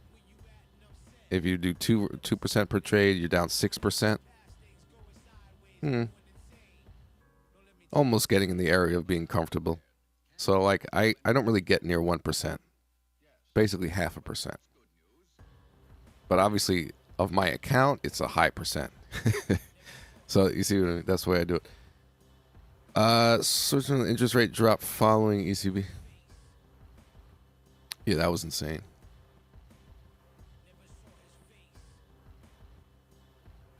Man, this thing so close to entry just died out, went into this tiny range. Here again, so close to either the breakout or the fake break, right? London hour trade. It got there, didn't do anything. You know what kind of week we're dealing with.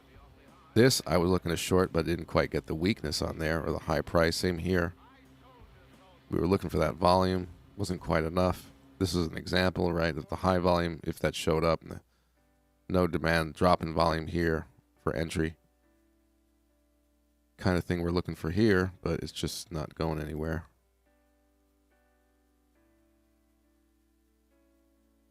It's the kind of week where you just can't expect anything. It gives what it gives. Be happy if it's normal today. Interest rates, non-farm.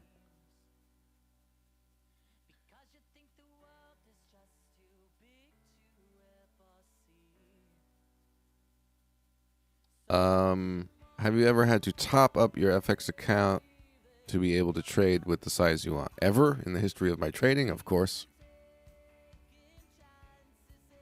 Now if I do that, it's very rare, and it's just because I'm going up in size.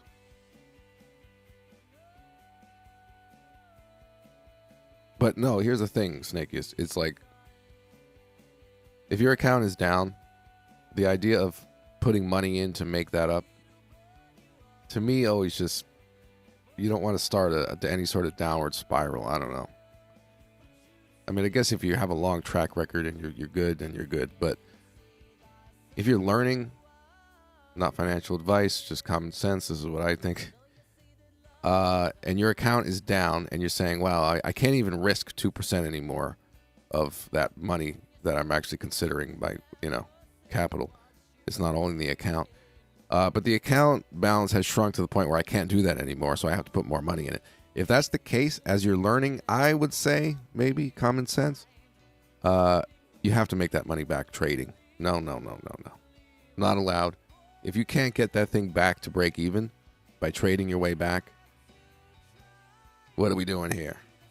You know what I'm saying? Money pit. That becomes the challenge. Because you've had a string of losses to get it that small. You better do something different. You better do something right. You know what I mean? You're throwing in money while you're on a losing streak.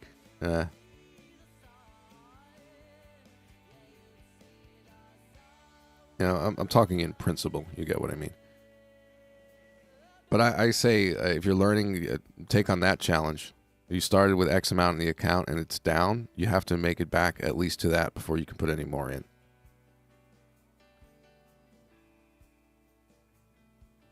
But if you need more money to open bigger positions with a small account, you're not going to be able to. Well, adding it for the sake of, I want to take bigger positions now.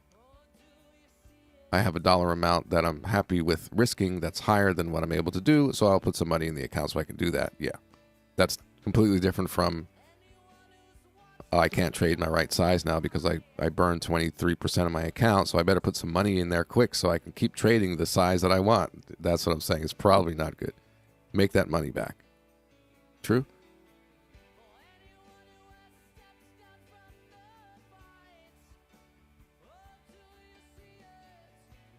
What are we getting here? Euro dollar still stuck.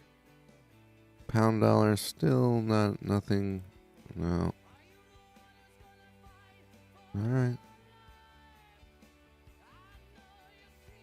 So I trust just the fact that the Australian dollar is weak right now, and that's the thing I want to jump in on. No, I like US dollar and yen driven moves. If we had strong US dollar, then yeah, look for the next scalp or something, but it's so just driving itself, right? What's driving your trade? Well, that's the video. The US dollar is actually flat. So the down move on AU is all about the Australian dollar being weak. There's no strength on the US dollar involved. And that just tends to be tricky. That could be very short-lived. It could be strong the rest of the day when really no explanation. It can start getting pushed around by the US dollar whenever it feels like it. As I say, I don't like betting on that alone. Unless it's like the London hour trade, because that's all about the pound. But usually you want both currencies to be doing a thing. Ideally. If that happened to me and left me with a negative balance, that broker would have no chance of collecting money. I'm getting caught up. What was I saying? I'm trying to figure out exactly how you manage money. I was under the impression that if you trade with 1% and say you're willing to lose 10K total, you would need to keep that 10K in.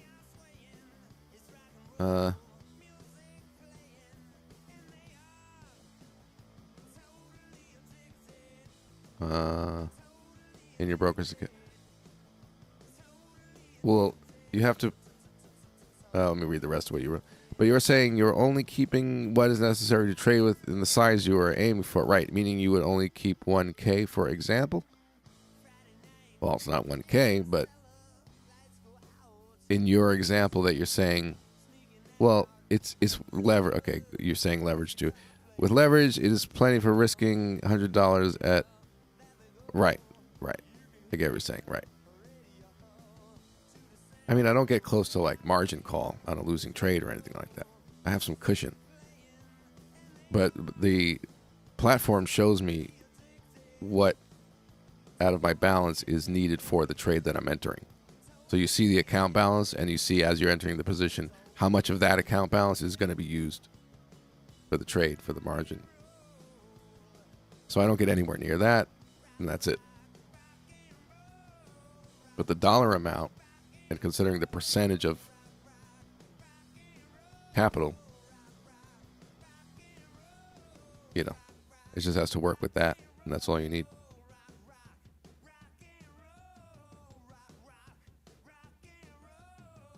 Makes sense?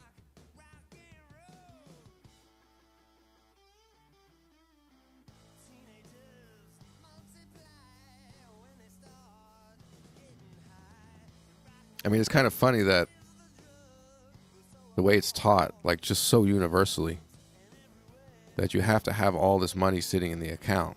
But then they tell you you're only supposed to, why is it sitting there then? Why can't it be margin call means take a frickin' break. It doesn't mean you burned your whole shit. It means, you know what I mean? It means, okay, take a break. You don't have all your freaking capital in the account. So margin call isn't like, it's over. I've lost the war. I give up. It's just like a barrier that says, all right, yo, stop. Chill out. And most of your money's not in the damn FOREX account. You know what I'm saying? You wouldn't keep all 10K in the broker's account for safety. I'm getting it right. Yeah, only keeping in what you need to take the trade. Correct. And a cushion, so you don't have margin call. But almost think of margin call as, I don't get margin call, but almost think of it as a safety, a fail-safe kind of thing. I don't know, if you're an emotional trader and you're on a losing streak, and you're over risking and you just get the big FU. Your trade is closed. When you get notification, margin call. Anyway, you get what I'm saying with that. You got it? Okay, cool.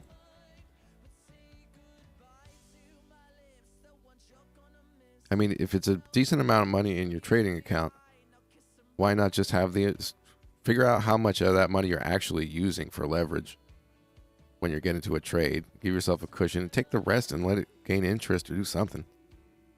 I think that just makes sense. There we go. Talked about something different today while we're sitting here very, very close to entries that did not confirm. Very close, very close.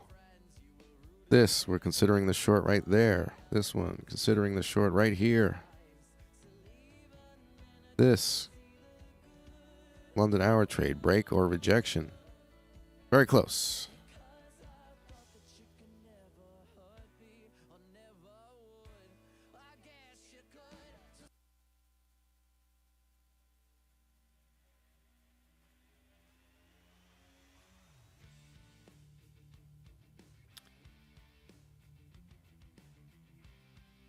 So where should you keep the rest of your money? I am not a financial advisor. You could put it in a savings account and get that little bitty interest. Technically, that's better, right?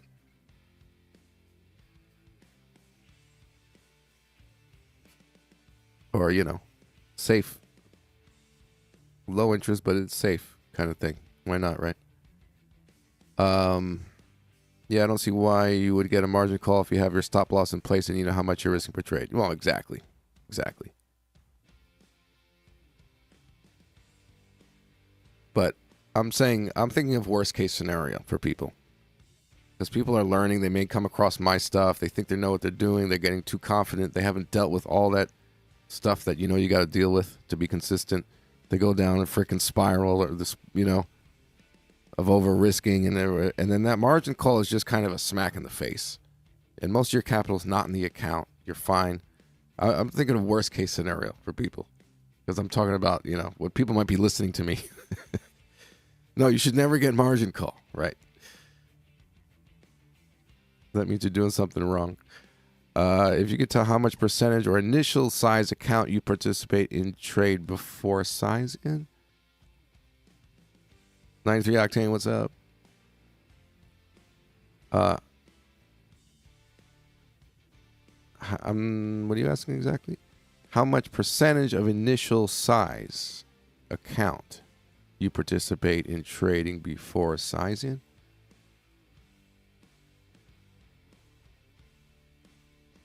Oh, the actual, like if you were looking at the actual percentage of risk on the account. Yeah, it's pretty high.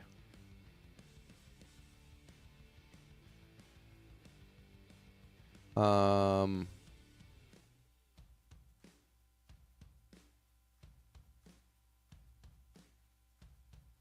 trying to do the math in my head. That would be 10%. 5-6%. Maybe 7% the most. So that's risk on the account. That's not risk of my capital. Right. So that's your question. Okay. Yeah. I hear rich people keep it under the seat in there. There you go. No, don't do that. Adam. Okay. There you go. Yeah. Oh yeah. It's technically over risking on my account because just the money's not there. It's sitting somewhere else. Right. 5-6%, 7%. Ooh. Yeah. Of the account, not of my capital. That. Yeah. Exactly. All right. That's a different approach you may not have heard of. It makes sense. Even if your money's just sitting somewhere gaining some interest or whatever. Because you don't obviously want all your money invested in markets and swing trades and everything else. You're going to have, right? You keep some in cash and might as well get something on that money, right?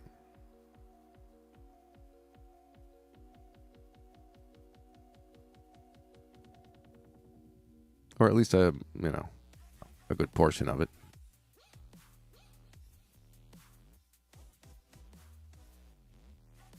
Man, this thing really died. Euro dollar.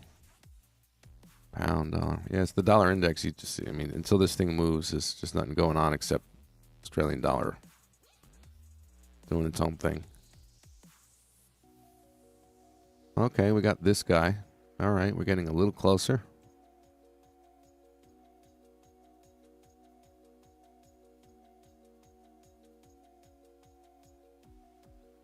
Let's see. Do we have a yen up move really?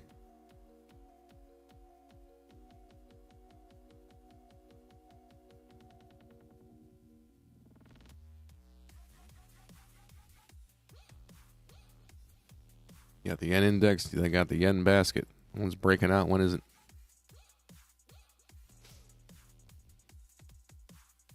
EJ, huh?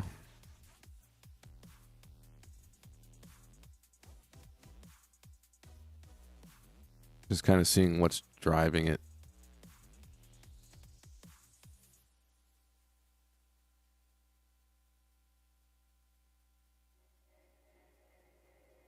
Yeah, nothing special about the euro. It's the hopefully yen strength, or the yen moving up generally, that would push this down.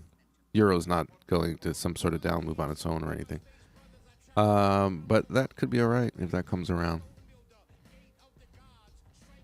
Again, this is the automatic support, right? Test for buyer's area, 14 EMA. See if we get another test here. No demand. Get through it. Just like we were looking at the euro dollar. How close that got, but no entry. We'll see. I don't know. It's getting kind of quiet. So I got to get convinced here.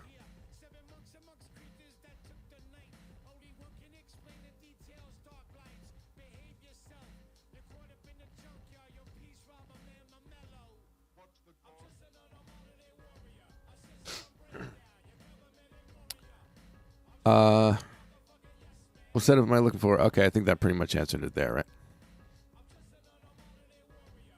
We have weakness, weakness, and a downtrend here. And this is something that we marked up in advance. If you were here earlier, we were looking for actual weakness to come in here. And then just looking for the entry off of that. And it just didn't give that. Same here. And then for the pound dollar, pound yen, there's also the London hour trade, as I call it. I don't know if you know it. There's a video explaining the rules. Usually by now there's an entry on one of these pairs, pound dollar, pound yen. More days than not, we do get that. But today, nothing. So nothing yet.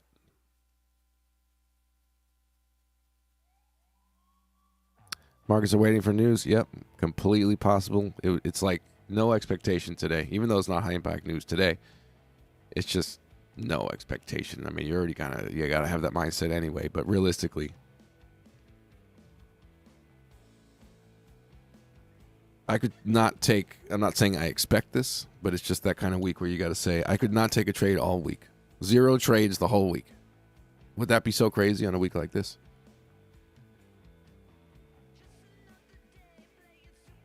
Again, the buy lows for we have a plan. We'll see. But that's just kind of interest rate decisions and all that.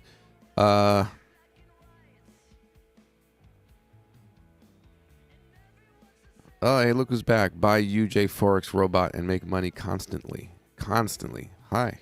So can we see your product? We might all be interested. Can we see it?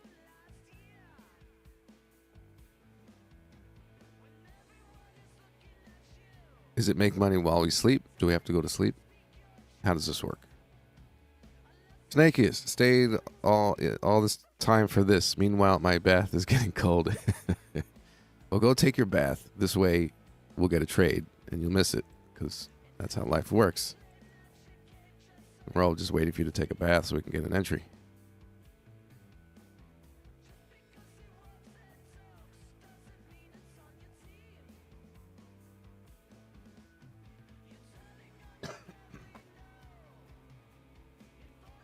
So close. 2 or 3 trade entries. So close.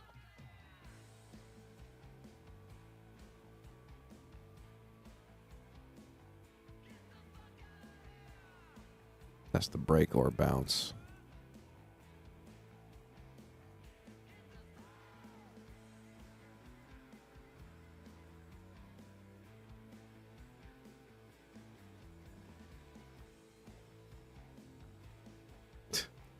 There you go.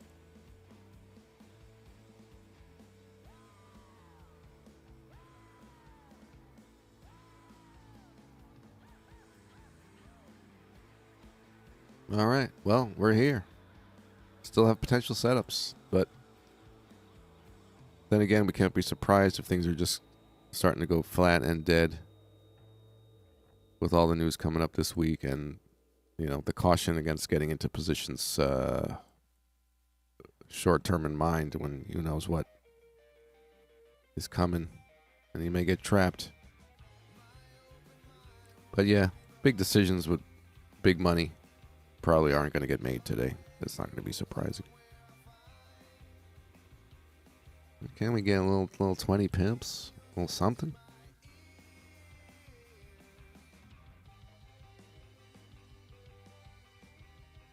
Well, if we move up, we'll see if once again we get weakness. We got it twice. Just above here.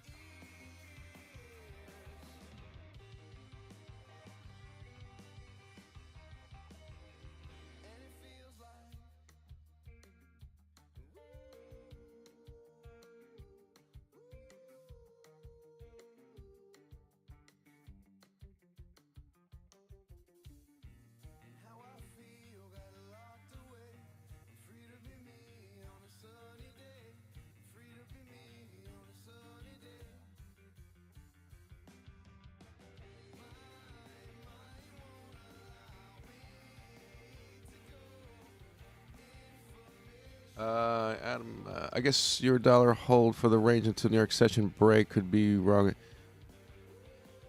Yeah, it's kind of got to like convince me that it wants to do something and that it's not just waiting. If we move up weakness, then it's like, okay, we just weren't in a price area that was going to do much. But if we do get to some that we actually expect something to happen, might keep things alive.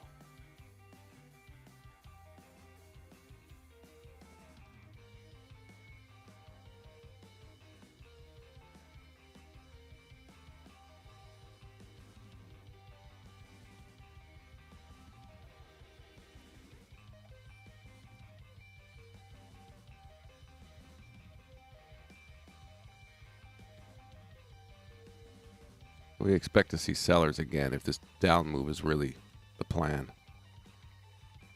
And things are not just dying out. And maybe down move later, and that's what they were positioning for, but it's not until U.S. session, right, as you're saying. So yeah, there may be that possibility, of course.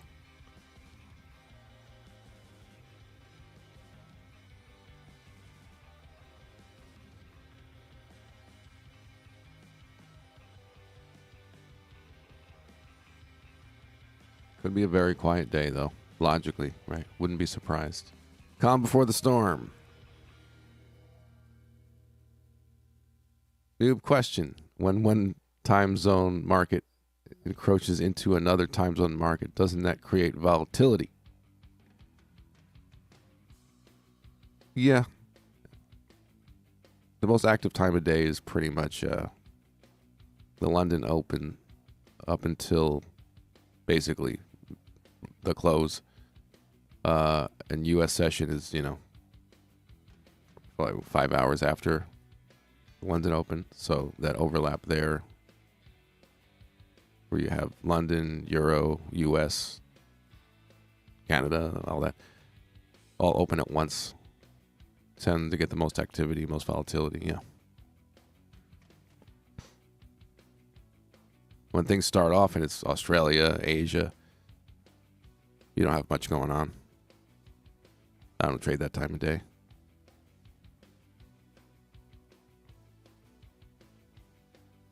Things tend to be pound focused at London Open. We've honed in on a setup that involves really following the pound. And that gets quite active and it can do its own thing. And then once you get to U.S. session, the U.S. dollar and the yen, mainly the U.S. dollar, though, is pushing everything around and getting very active, driving the markets. But that could happen any time during those active hours. The U.S. dollar is pretty dominant. So in this case, if we're shorting, right, potentially shorting against the U.S. dollar, we'd want that to be strong, and that's a big part of it. It's not doing it.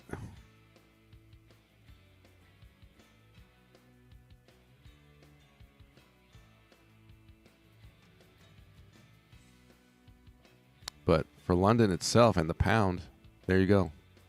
Pound's dead, the dollar's dead. Dead fish. Oh no, it's a dead fish, guys.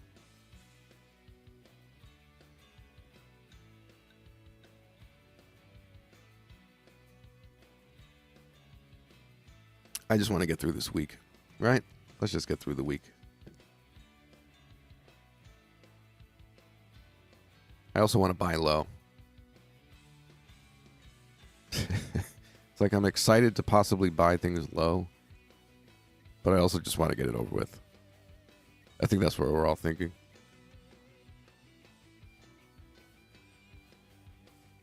Morocco. No, sir, I've not been there. How's the weather? It's dead of winter here in New York.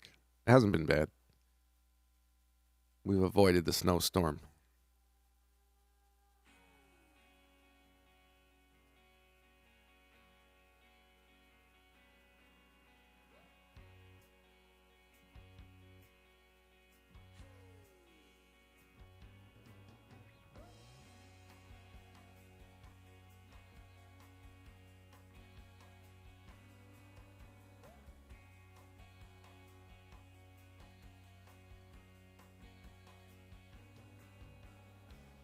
Well, I would say what's good. Look on the bright side. We did not get into a trade. Or at least I did. Go, oh, well, oops.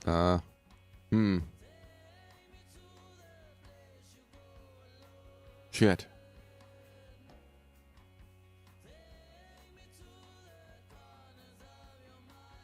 That's good, right? If you're not in a trade, you didn't take a trade today. There's something to be said about that. Good job. Unless you shorted the Australian dollar. I didn't do that, though. I wanted to.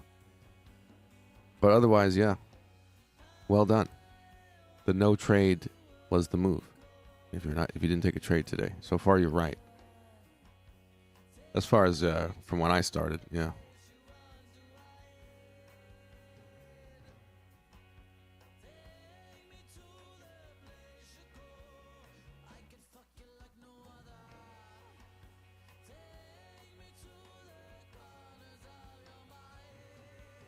Nice.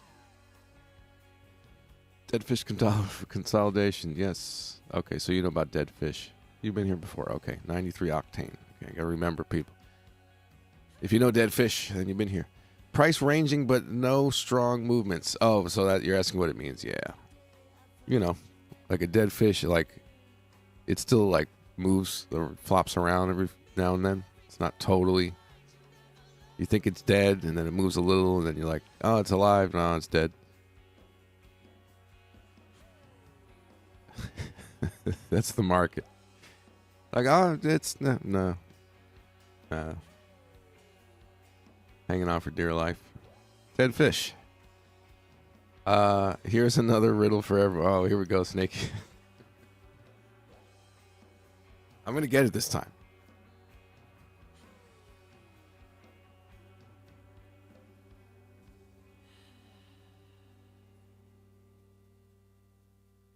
Dead fish, yeah, became the fun way of just saying, make light of it.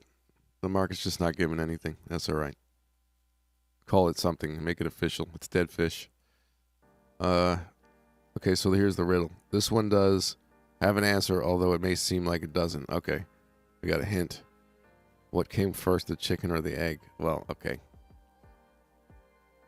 I mean, I have an actual answer. That's a philosophical belief question or something.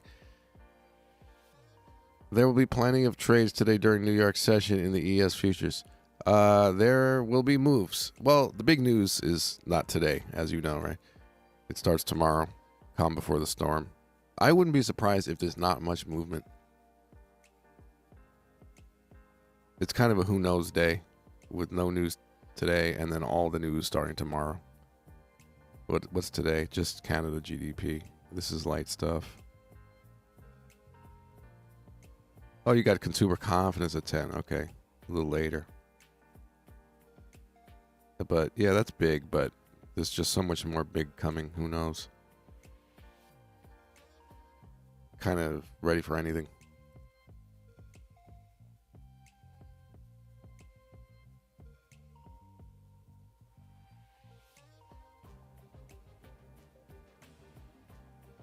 So what came first, the chicken or the egg? Tom B says, why would you short the AU? I was looking for a setup, generally to short against the US dollar. The AU didn't actually give me a proper entry, but it just went because the Australian dollar's weak. But without the strong US dollar and more correlated action, I don't really want to bet on the Australian dollar just being weak and kind of chasing it. So I didn't short it. The chicken. How can an egg be laid without a chicken? That was exactly my answer. That's my answer too, Money Games. Yes.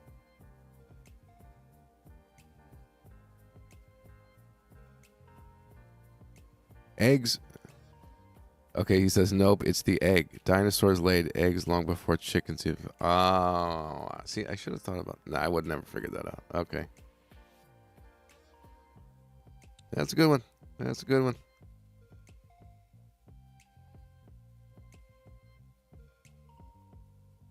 There were eggs before there were chickens. Technically correct.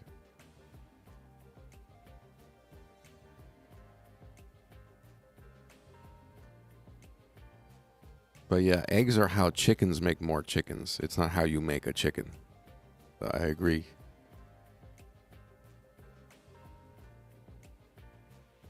Money Games, yeah.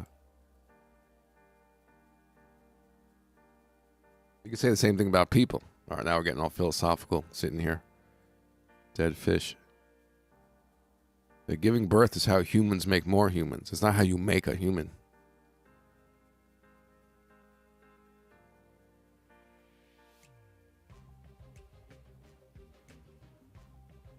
I mean, logically thinking, it's done in a lab. I don't know. Right? Being purely logical.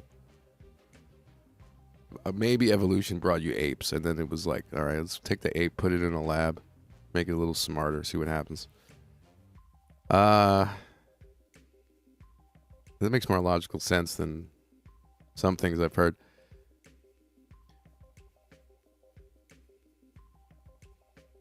Here's another one. All right. Is it possible for anyone to present here today to fly around the sun? Anyone present here today to fly around the sun?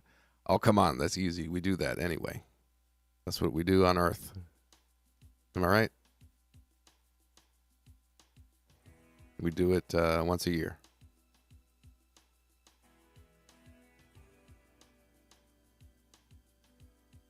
I finally got one. He gave me a softball.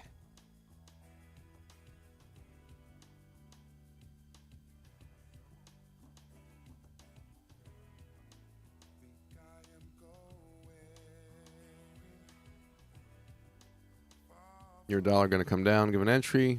Do we even want to get in a trade? Is it just dead fish? Stay tuned.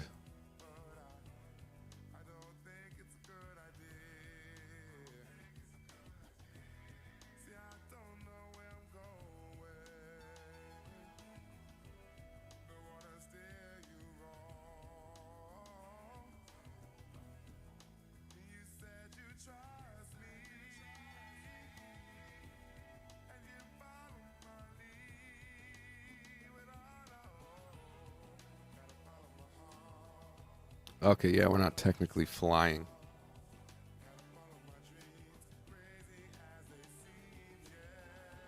Yeah, he gave us an easy one. At least we got one. I think we were supposed to get that one.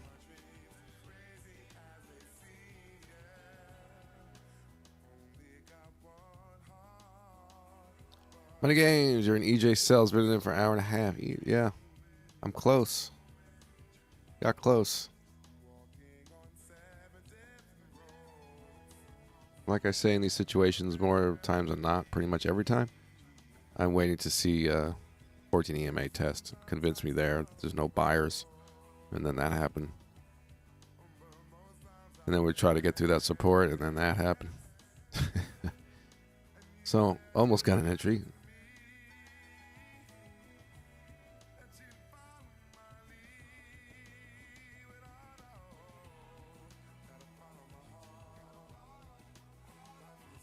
Can you accurately scalp off short-range dead fish, or is that too risky? Better to wait for a full breakout. Yeah, I wouldn't do that. Buy here and then sell here.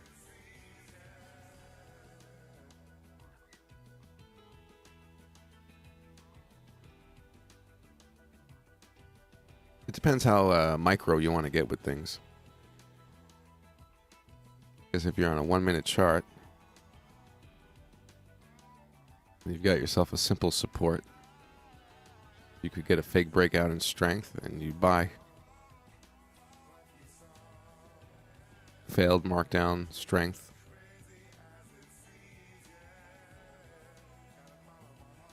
It's not crazy. The thing is, if volume is just literally dying, when it does wake up, it might just feel random. Like, oh shit, now things are back. They're moving, and it's not anything that I thought was going on. That's the problem. The really low volume. When it comes back, it may not be what you want. We're not in the flow right now. But yeah, I mean, that's more likely to reject if the volume increases, and especially if it does a fake breakout. We just saw that pattern. Whatever it was. Who did the fake break? Oh yeah, there was the support and then the fake break.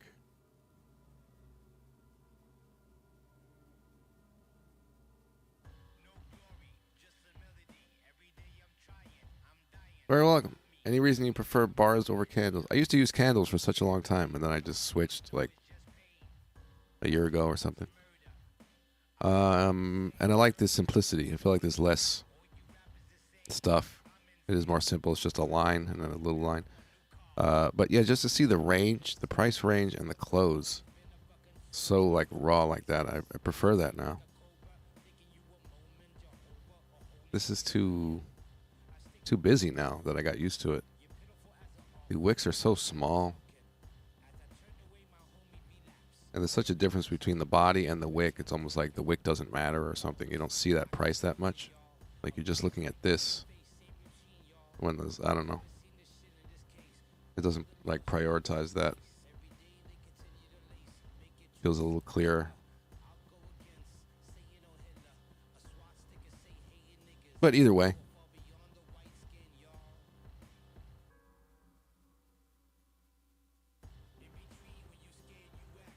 Isn't that the way when people that use volume always use bars? Why is that?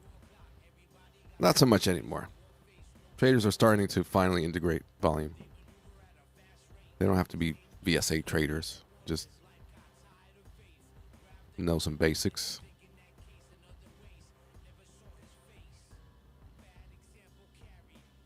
I'm seeing it pop up. What else?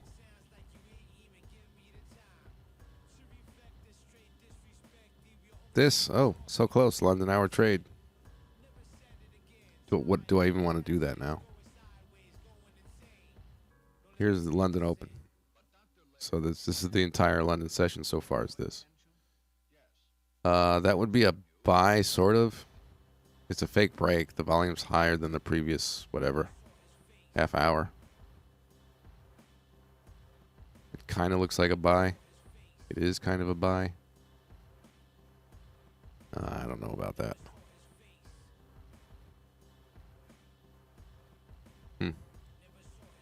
Snakeist, have a good one.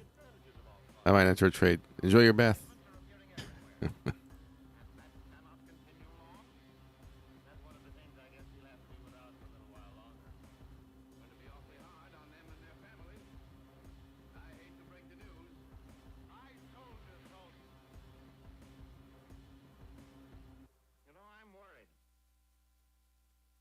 It's kind of London hour long on GU. What do we think?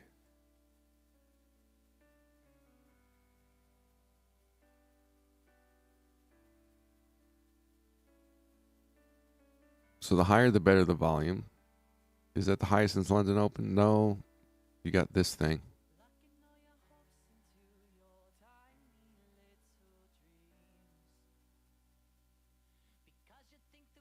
It's higher than the last half hour. Oh, wait, not half hour. Hour. Oh, over an hour. Okay. Highest volume in over an hour. Okay. An hour and like 10 minutes. Okay.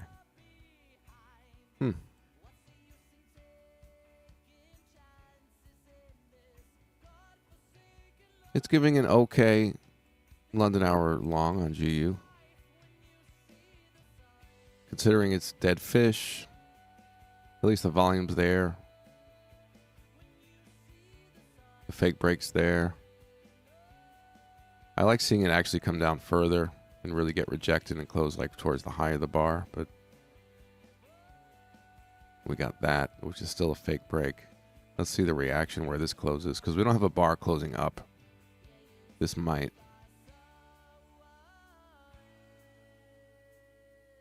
Meanwhile, I was looking to short against the US dollar. Okay.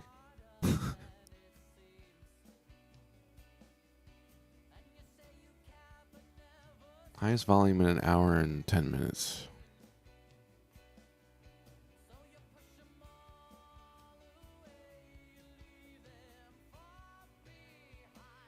One minute chart. It's there. It could be more, but it's there. The fake break, the rejection. The volume's in the right spots here. But that's the thing. The volume could be higher, and we're also dealing with dead fish. Like literally since London Open, which is here. Yeah, the 10 minutes of activity and then nothing. Yeah. What do we think?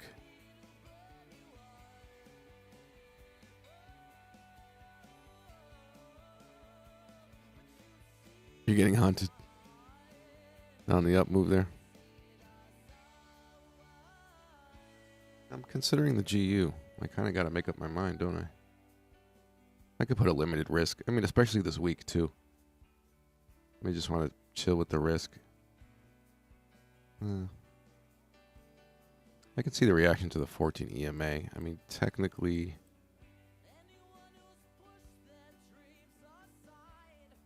it's confirming. We're holding the higher price. Yeah, I might miss it. Yeah, so I'm in it. All right. Pound dollar long, London hour trade. I'm in. Stop loss. Allow for one more fake break. So I'm in the trade.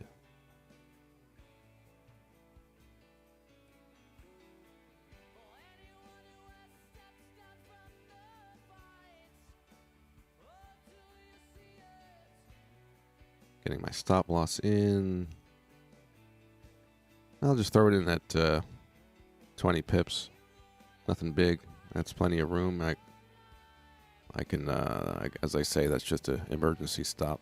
If it goes into drawdown, I'll deal with it. Okay.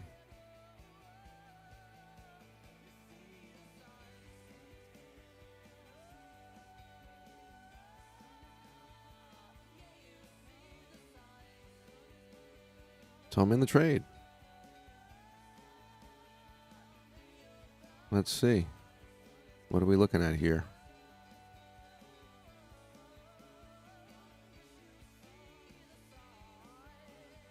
So I like the fact that it was the fake break pattern and the reaction was really good. At this point, I had to make up my mind. I don't want to miss it. The volume was higher than the last hour and 10 minutes. That was important. The higher, the better. I was going to give it a second to see if it stops and tests at the 14 EMA, and then it was just like, all right, I'll miss my price if I don't get in.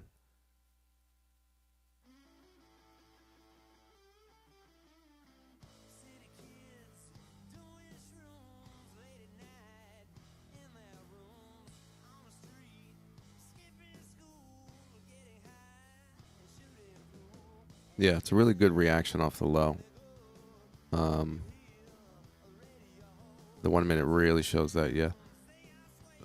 The surprising thing about it was, I thought it was, if it was going to set up, that it's a breakout to the downside, because last time here, nothing happened. This, okay, a little bit. Here, I thought we were going to short. So, yeah. Conditions met, okay.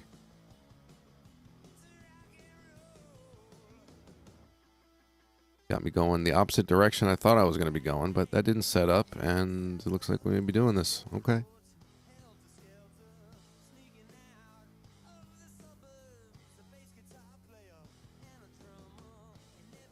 If we get into first area that we need to get to for risk-reward purposes and where the projection is anyway, is to try to break this high, right? And then you get into where sellers could show up into the fib, into the new high ground over the swing. There's an important swing point here. So we can make it into here without a lot of weakness. That we're looking at possibly more. But it could also come down from here, so.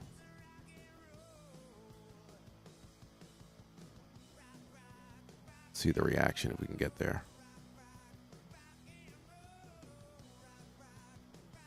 All right, I'm up a couple of pips. Let's go.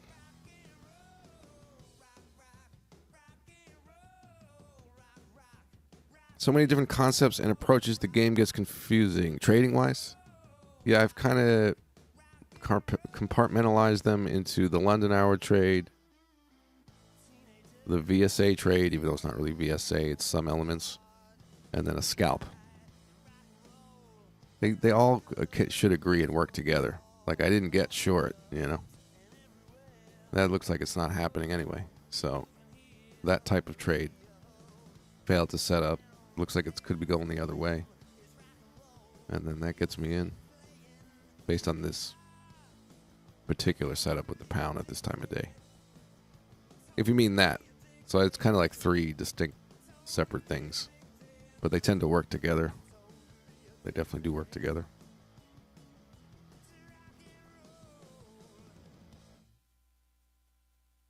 What time is it?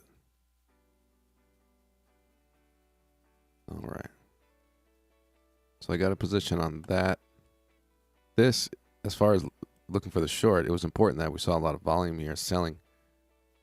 As we started off here, it was like, to recap, it was like, okay, some sell volume. More would be nice. Then we got more. So it was like, okay, we're looking for the entry. Didn't quite get it. And then again, revisiting, the more the better to keep the short setup intact. And, you know, you would want at least to see like this stuff. So it's not very high. So that means it's starting to look more likely that it's going to break to the upside. So whatever selling was going on here is obviously not very active. Might continue up. So it all works together. And we may have this up move again. And this thing, right? We were looking at the this move. Get into those trades, but no. Could be this.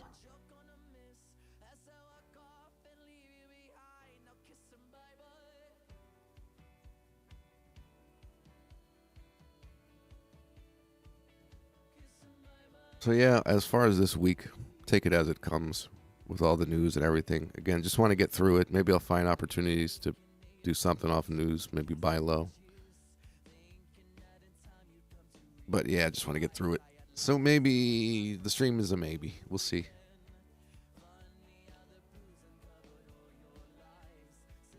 Go with the flow. Maybe not. Let's get this over with.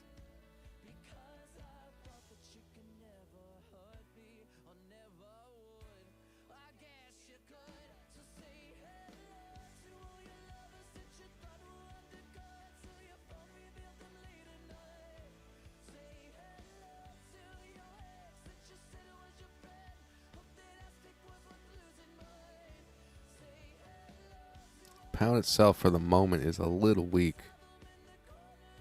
But if this happens, then it's all good. Everything's going to move up against it.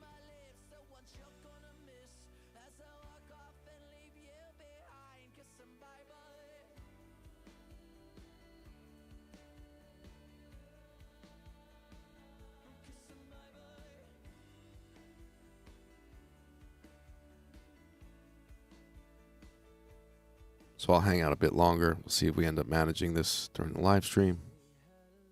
If not, I could pop in the Discord.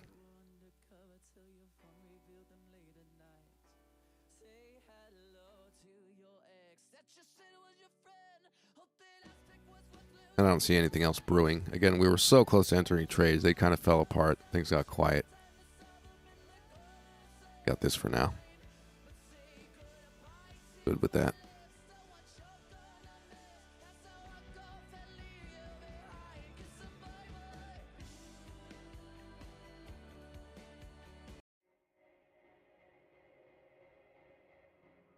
Suppose we just look into things a little further, a little further, a little further. What's the cause of this tension anyway?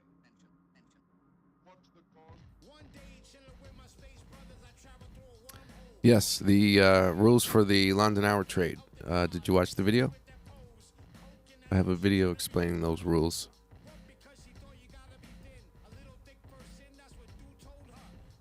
So it's the London hour trade, it's called. Made a video a few weeks ago on it.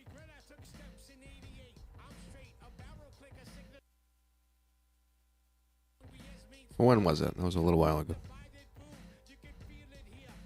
So yeah, that would be the rejection. It's break or bounce, depending on the behavior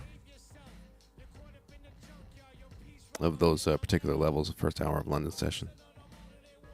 So yeah, check out the vid for the rules.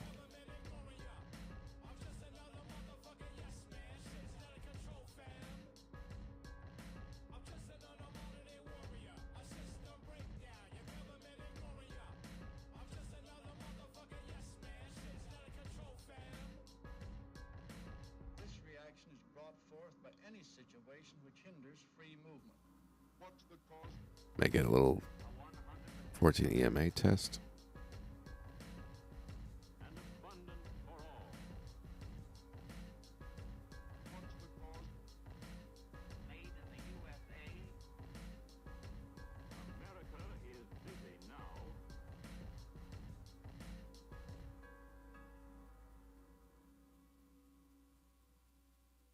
This was kind of an important spot, right? And it's just quiet. Dead fish. Let's see, at least this can get to the top of the range and try to break out. Bank some, stop at break even, see how it looks.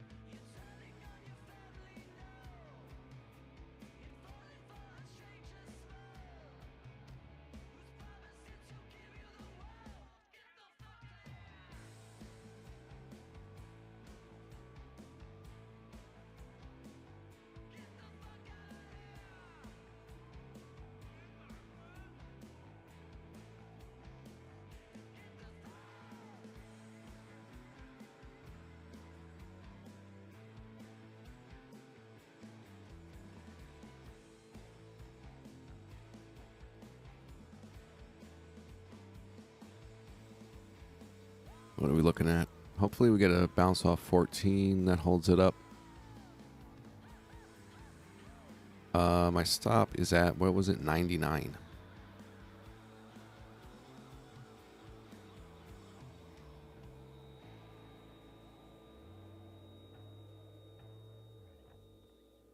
If we're breaking on low volume, I could even start to scale out sooner, so that's just a last resort stop. If we're down here, I'd want to see buyers.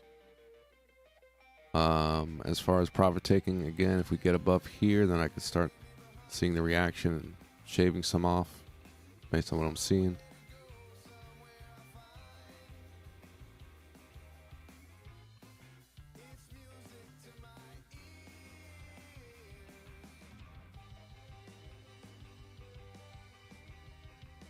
And the way things are just kind of dead, yeah, dead fish. Not really excited to get anything else going. So, yeah, take it easy this week. Get through it. It's going to get buck wild. Starting tomorrow.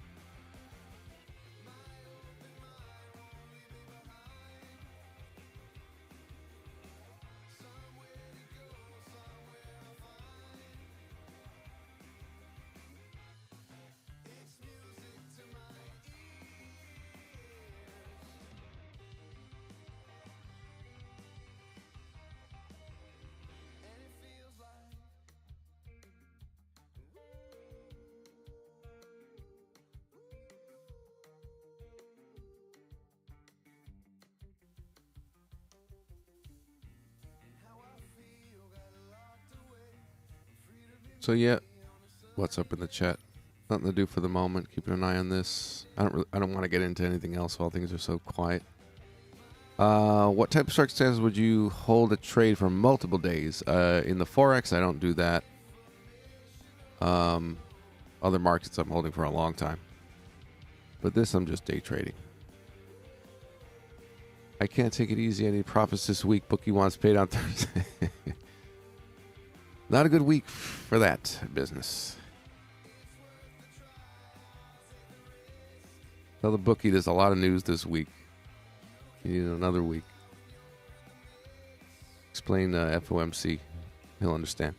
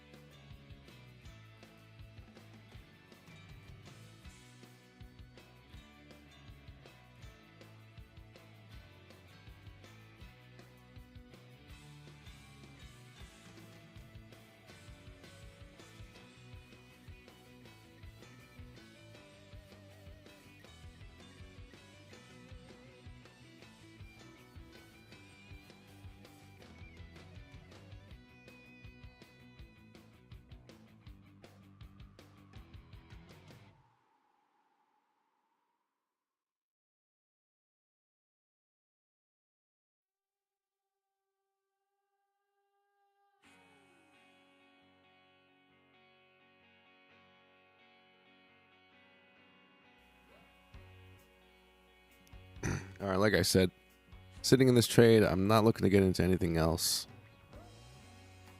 We're at the 3-hour mark. I was hoping to manage it during the stream, so I'll hang out a bit longer, but I could always pop in the Discord.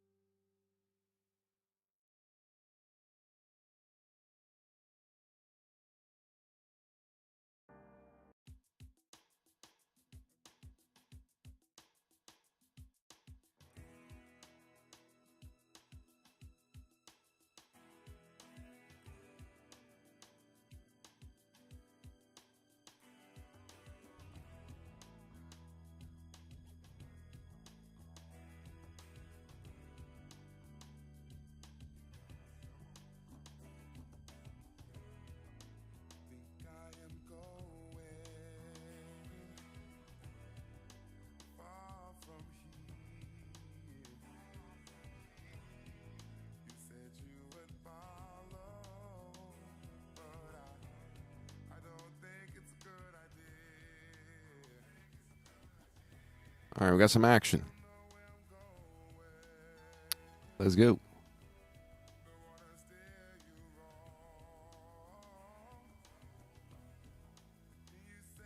Little volume on the up move, nice close. We'll see the reaction. I mean, it's a little.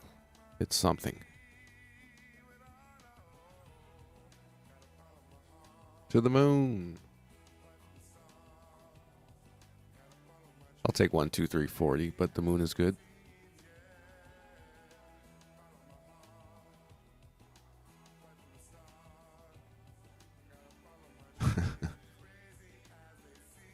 Remember that dead fish flops sometimes.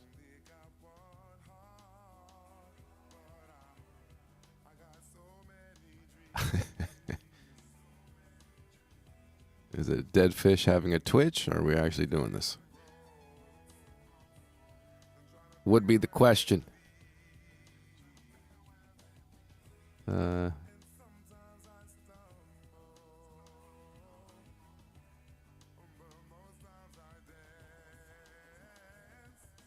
What time is your interview, Carbon?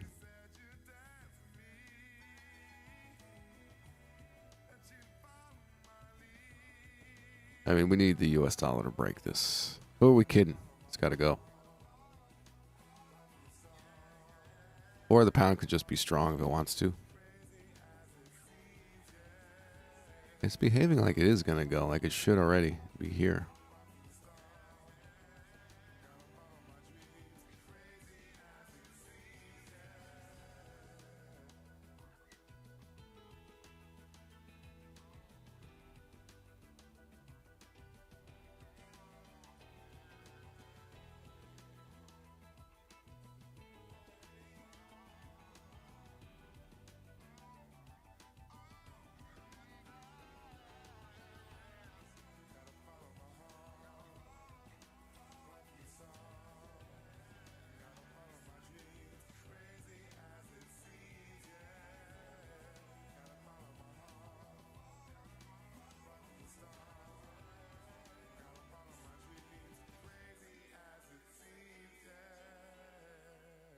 Up almost 10 pips. Okay.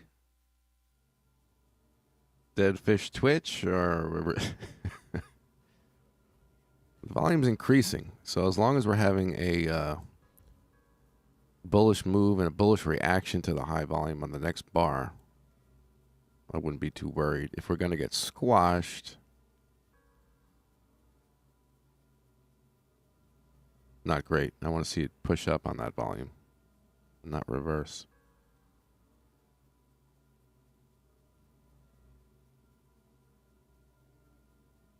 1, 2, 3, 18 is my entry. I could move my stop to break even if I'm not feeling it. It's like either we go now or F it. I mean, if I can get up 20 pips where it could hit sellers anyway, then I'll think about managing it. But this is a lot of volume. So some of you know, if I get this much volume in the middle of my trade and I am not at my 1-to-1, the high volume is my excuse. I now have a reason. Otherwise, I wouldn't touch it. I now have a reason to probably get rid of my risk. Not let this turn into a loss off that random volume. I was just saying this earlier. When things are so slow and you get into a trade and it's all looking good until volume comes in and it's not what you want. And it's like, oh, okay, the market's alive and it's doing something else now.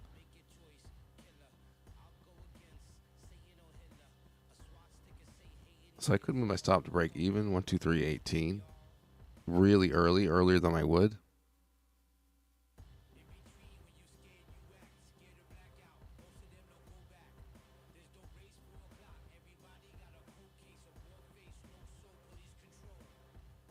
Yeah, I'm going to do that. I don't trust this. Yep. Stop at break even. 1, 2, 3, 18. I don't need this going on.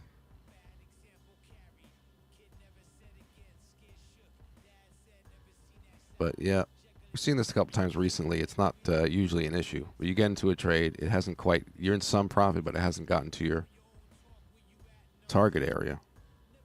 And you really, risk reward wise, shouldn't do anything. But if high volume comes in, right now, if it's just moved up on a high volume, fine. It keeps moving up, up, up. Some aggressive markup style buying. But you see the way it got squashed down and,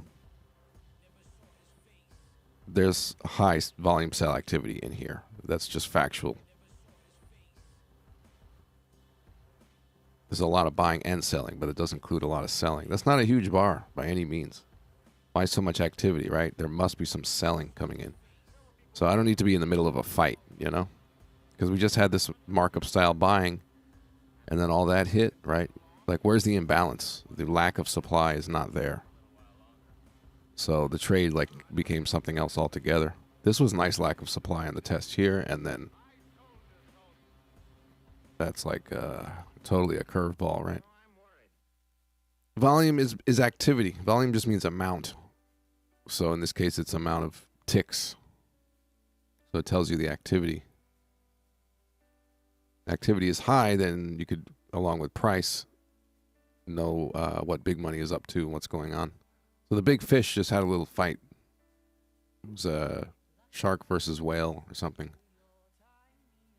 with some aggressive buying and selling. Again, why else would the market become like twice as active as it was 10 minutes ago on a bar that's actually not bigger than average? Not very big. So there must be a lot of buying and selling in large amounts here. And like I say, if there's that much selling and I'm long, I don't care how much buying there was. If there's that much selling, that things have changed. I'm not going to get caught in the middle of this. Ideally, we would have closed up on regular volume, or at least if we're seeing high volume, close up and continue as a result. So it's, not an issue of high activity with no upward movement. That's just got to be a warning sign. Makes sense, right?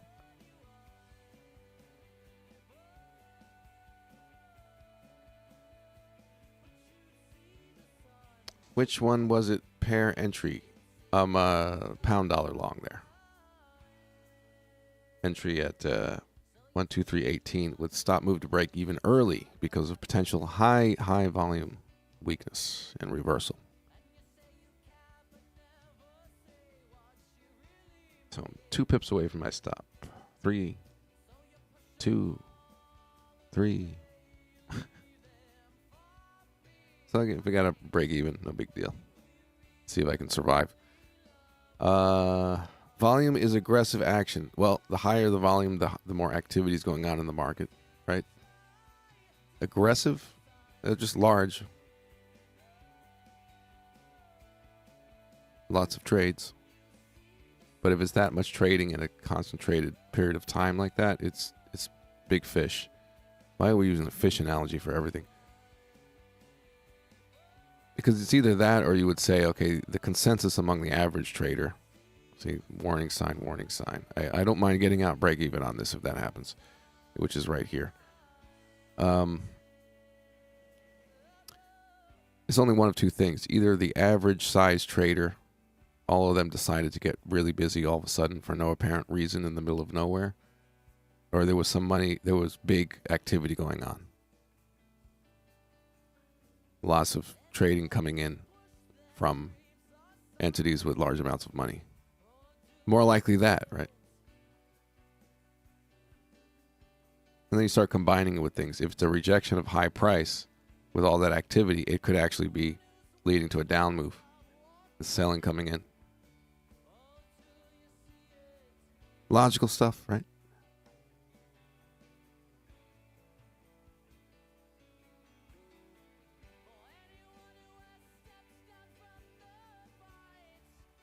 So again, stop at break even is very close to getting hit. That's perfectly fine with me, obviously.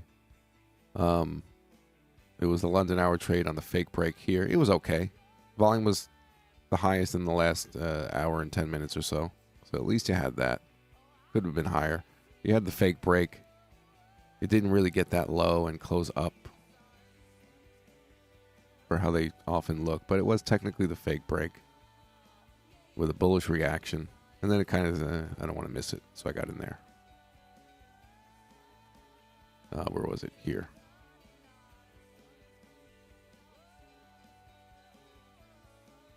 Stop at break even.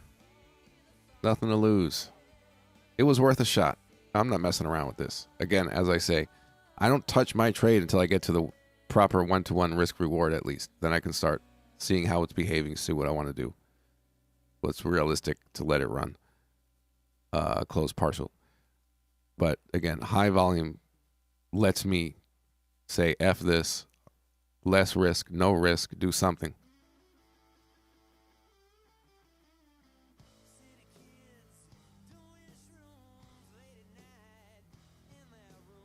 But if you notice when that situation hits every now and then, we're in some profit usually by that point. So you just deal with it without a loss.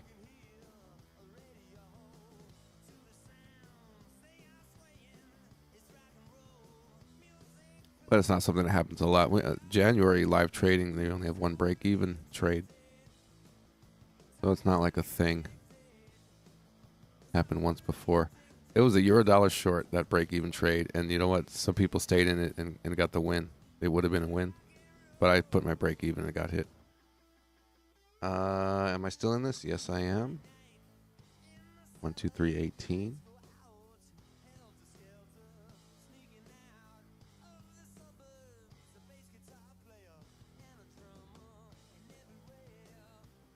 Bath time delivers a trade without fail. There it is, snakiest. Told you.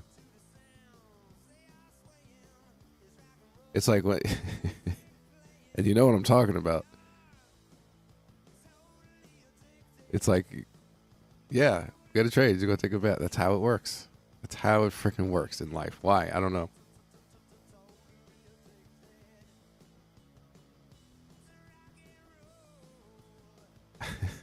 That sucks for you, though. I mean, who knows what this thing's going to do. I'm not happy you missed it if it works out. Whose charts do you use? TradingView. If that's what you're asking, it's tradingview.com.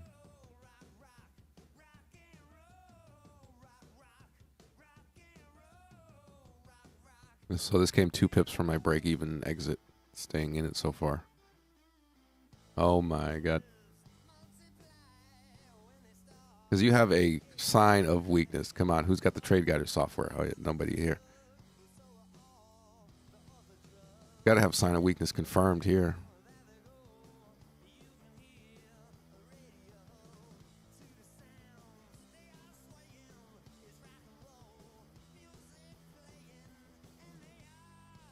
BSA traders going short. We're going to get their stop loss. Uh-oh. I don't know what that means. So snakiest, we're going to have to plan the bath time a little earlier next time.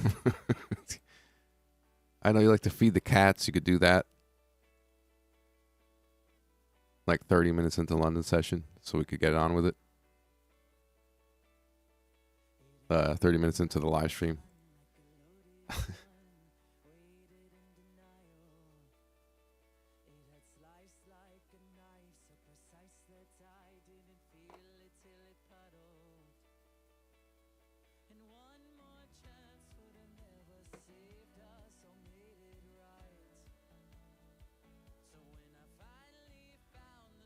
Did it early today. Oh, can't do that. Oh, you see that. All right. All right, that changes now. All right, that was, okay. No more. You're going to be here. You're going to be ready, and we're going to get a trade when you're here. All right, got it.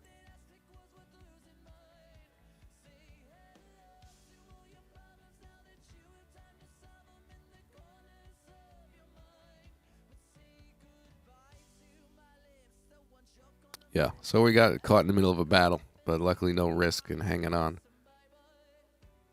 123.18 break even stop.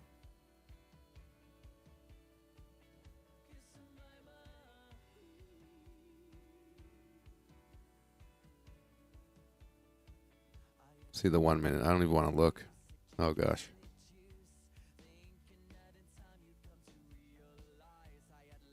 So that high volume means selling is happening in large amounts. It doesn't mean it has to move down, but it's just factual. Price is moving up, and the activity of the market increases dramatically, and it stops moving up. As a result, you have found lots of sellers. And again, it's not going to be a consensus among the little guy. They all decided to sell, so that's some big money. Got to respect it. Was it the Lehman Brothers? Both of them?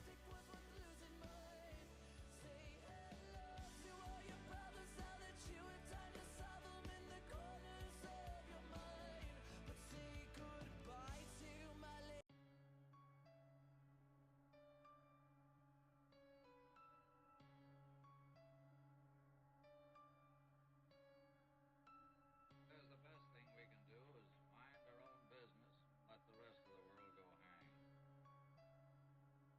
What's the matter with you? No cause, just protection. Things got worse. No side effects. Inhale stress hurts. No suggestions always first. But when that drive is to kill you, brother, stay alert. I was going to go. I'm glad I stayed and announced my stop at break even and why I did it. You do what you're comfortable with. If you're even in the trade at all, whatever you're comfortable with there in your account. But again, that's an example of me following my rules on trade management.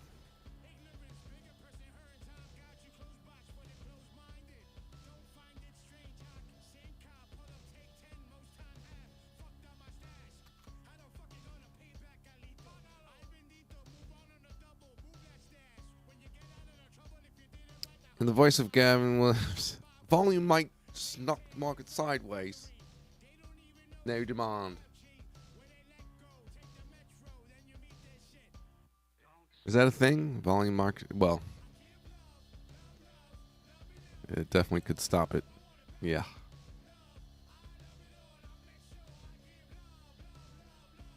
So it was a dead fish flop.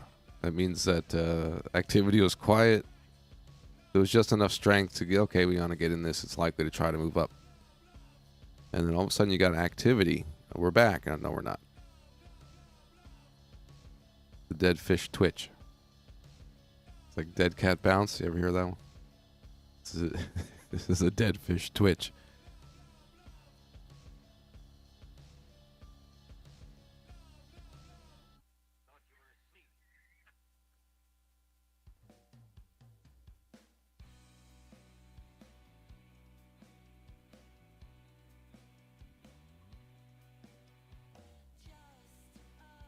Eddie Ronald, yes, go over entry. Are you familiar with the London hour trade rules? I have a video on that. So if you're familiar with the rules, then I can give you a quick explanation.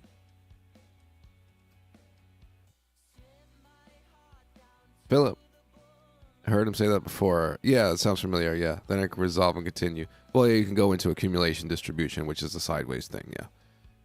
You got to test a 14 EMA, flop around sideways a little bit. Do you double top, fake break?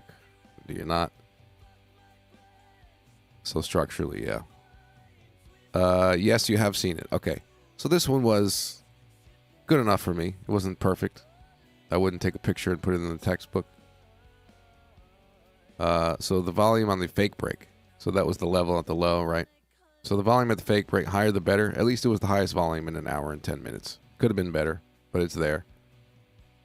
Right? It's an okay trade. Typically, it's going to go lower. A lot of times we see it go lower and then close up near the high of the bar. And then, bam, you're getting in like just above that at the latest. So this didn't get that low. It didn't close up into the bar. This didn't close up into the bar. So you don't really have that requirement met. So then at that point, I'm just waiting for, okay, let's see the 14 EMA. Test for sellers, which is not really part of the method, but it's part of, how I get information. And instead of stopping and testing for sellers, no supply kind of thing, it just went, and I'm like, okay, I don't want to miss it. I'll put something on here at 18. So that was it. By this point, I just didn't want to miss it. It was good enough.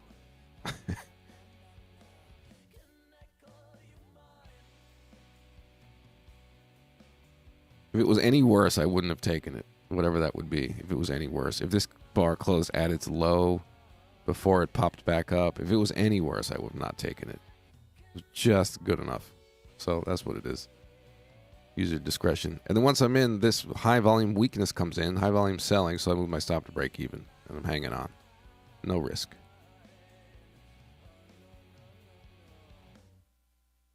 Any questions about that?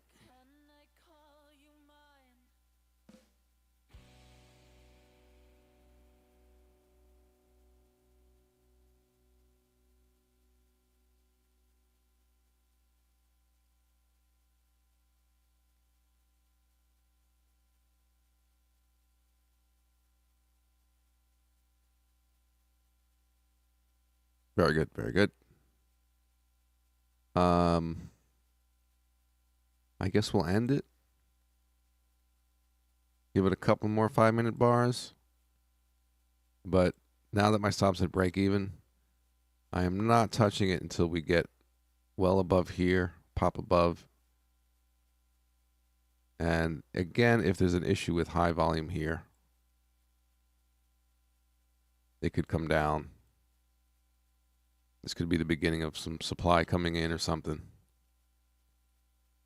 So That's to be watched and managed. If we're able to get through this and there's really no price rejection, no issue with selling, high volume selling coming in, I'll see what I can get maybe to here, see where that does show up, and try not to close any profit too early. So that's just a warning if you get that rejection here.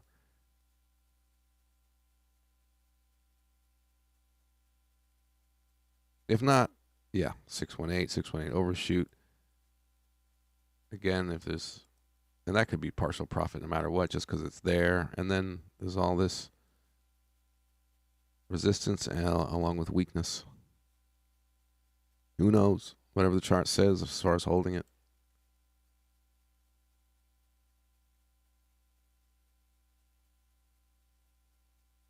What moving average? I have the exponential moving averages 50 and 14. 50 and 14 EMA.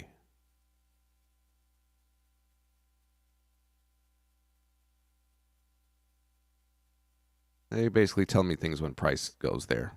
You know, I'm not trading a moving average crossover or anything silly like that. 14 EMA is particularly helpful.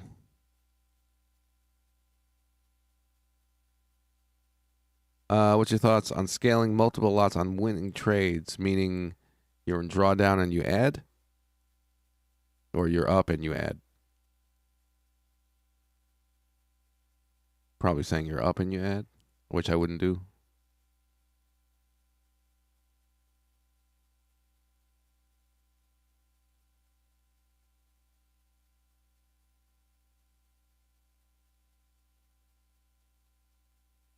But at what point?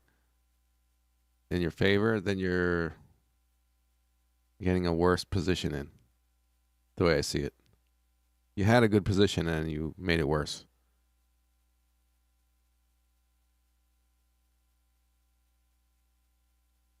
Now your break-even point is higher, is harder to get to. Whatever you want to call it. It's harder to get to your break-even point. Yeah, no, I don't do that, no. But the idea with my trade entries is it should go in my favor. Minus a bit of drawdown. It should go in my favor. If I'm seeing, oh, but you're talking about the other way around. So I wouldn't add to it in that case. And if it is going in my favor, I wouldn't worsen my position. Nah. No, that's just me, no.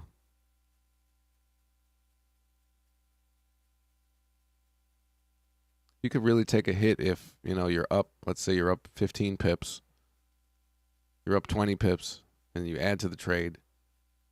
And it starts pulling back on you, and now you're up 15 pips, 14, 13, and now that new trade is in drawdown.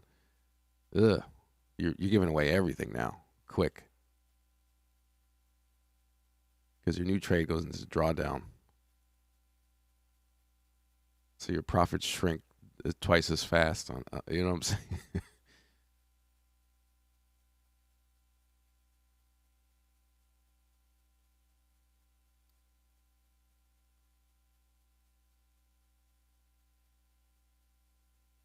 Yeah, that's a philosophy. I mean, if somebody has a strategy where they're in a winning trade and they have a probability that it's going to continue and they add to it, that's a whole other thing. But nah. I'm still hanging on. All right, let's just end the webinar. There's the live. It's a very special webinar. Live stream. 12318 is my stop loss at break even. I'm not going to be moving it, so that's that. And again, profit taking is all about waiting at least till here. If there's high volume weakness, high volume rejection, definitely got to put some in the bank. If we can get through it easily, we'll see how hold out. 1, 2, 3, 4, 2. Who knows? We are in a bullish market. But that's the plan. Okay. What else went on here? London hour trade short on pound yen. Oh my God. No thanks. So yeah, these moves didn't happen. Good that we didn't get into a short. We were close, but we didn't get into it there. We didn't get into it here. So close. And the market said, nah, we're doing something else, and that's good. We didn't get tricked. And if anything, we got long. So, okay. See what happens. So yeah, as far as the rest of the week, take it as it comes. Let's get through it. We'll see. We'll see about live streaming. We'll see what things look like. Go with the flow. And then we get back to the regular business. Take it as it comes. Okay, guys, very good. Thanks for attending. It's been fun again. Maybe see you tomorrow. Be in the Discord. I'll let you know. See what things are looking like. Have a good one.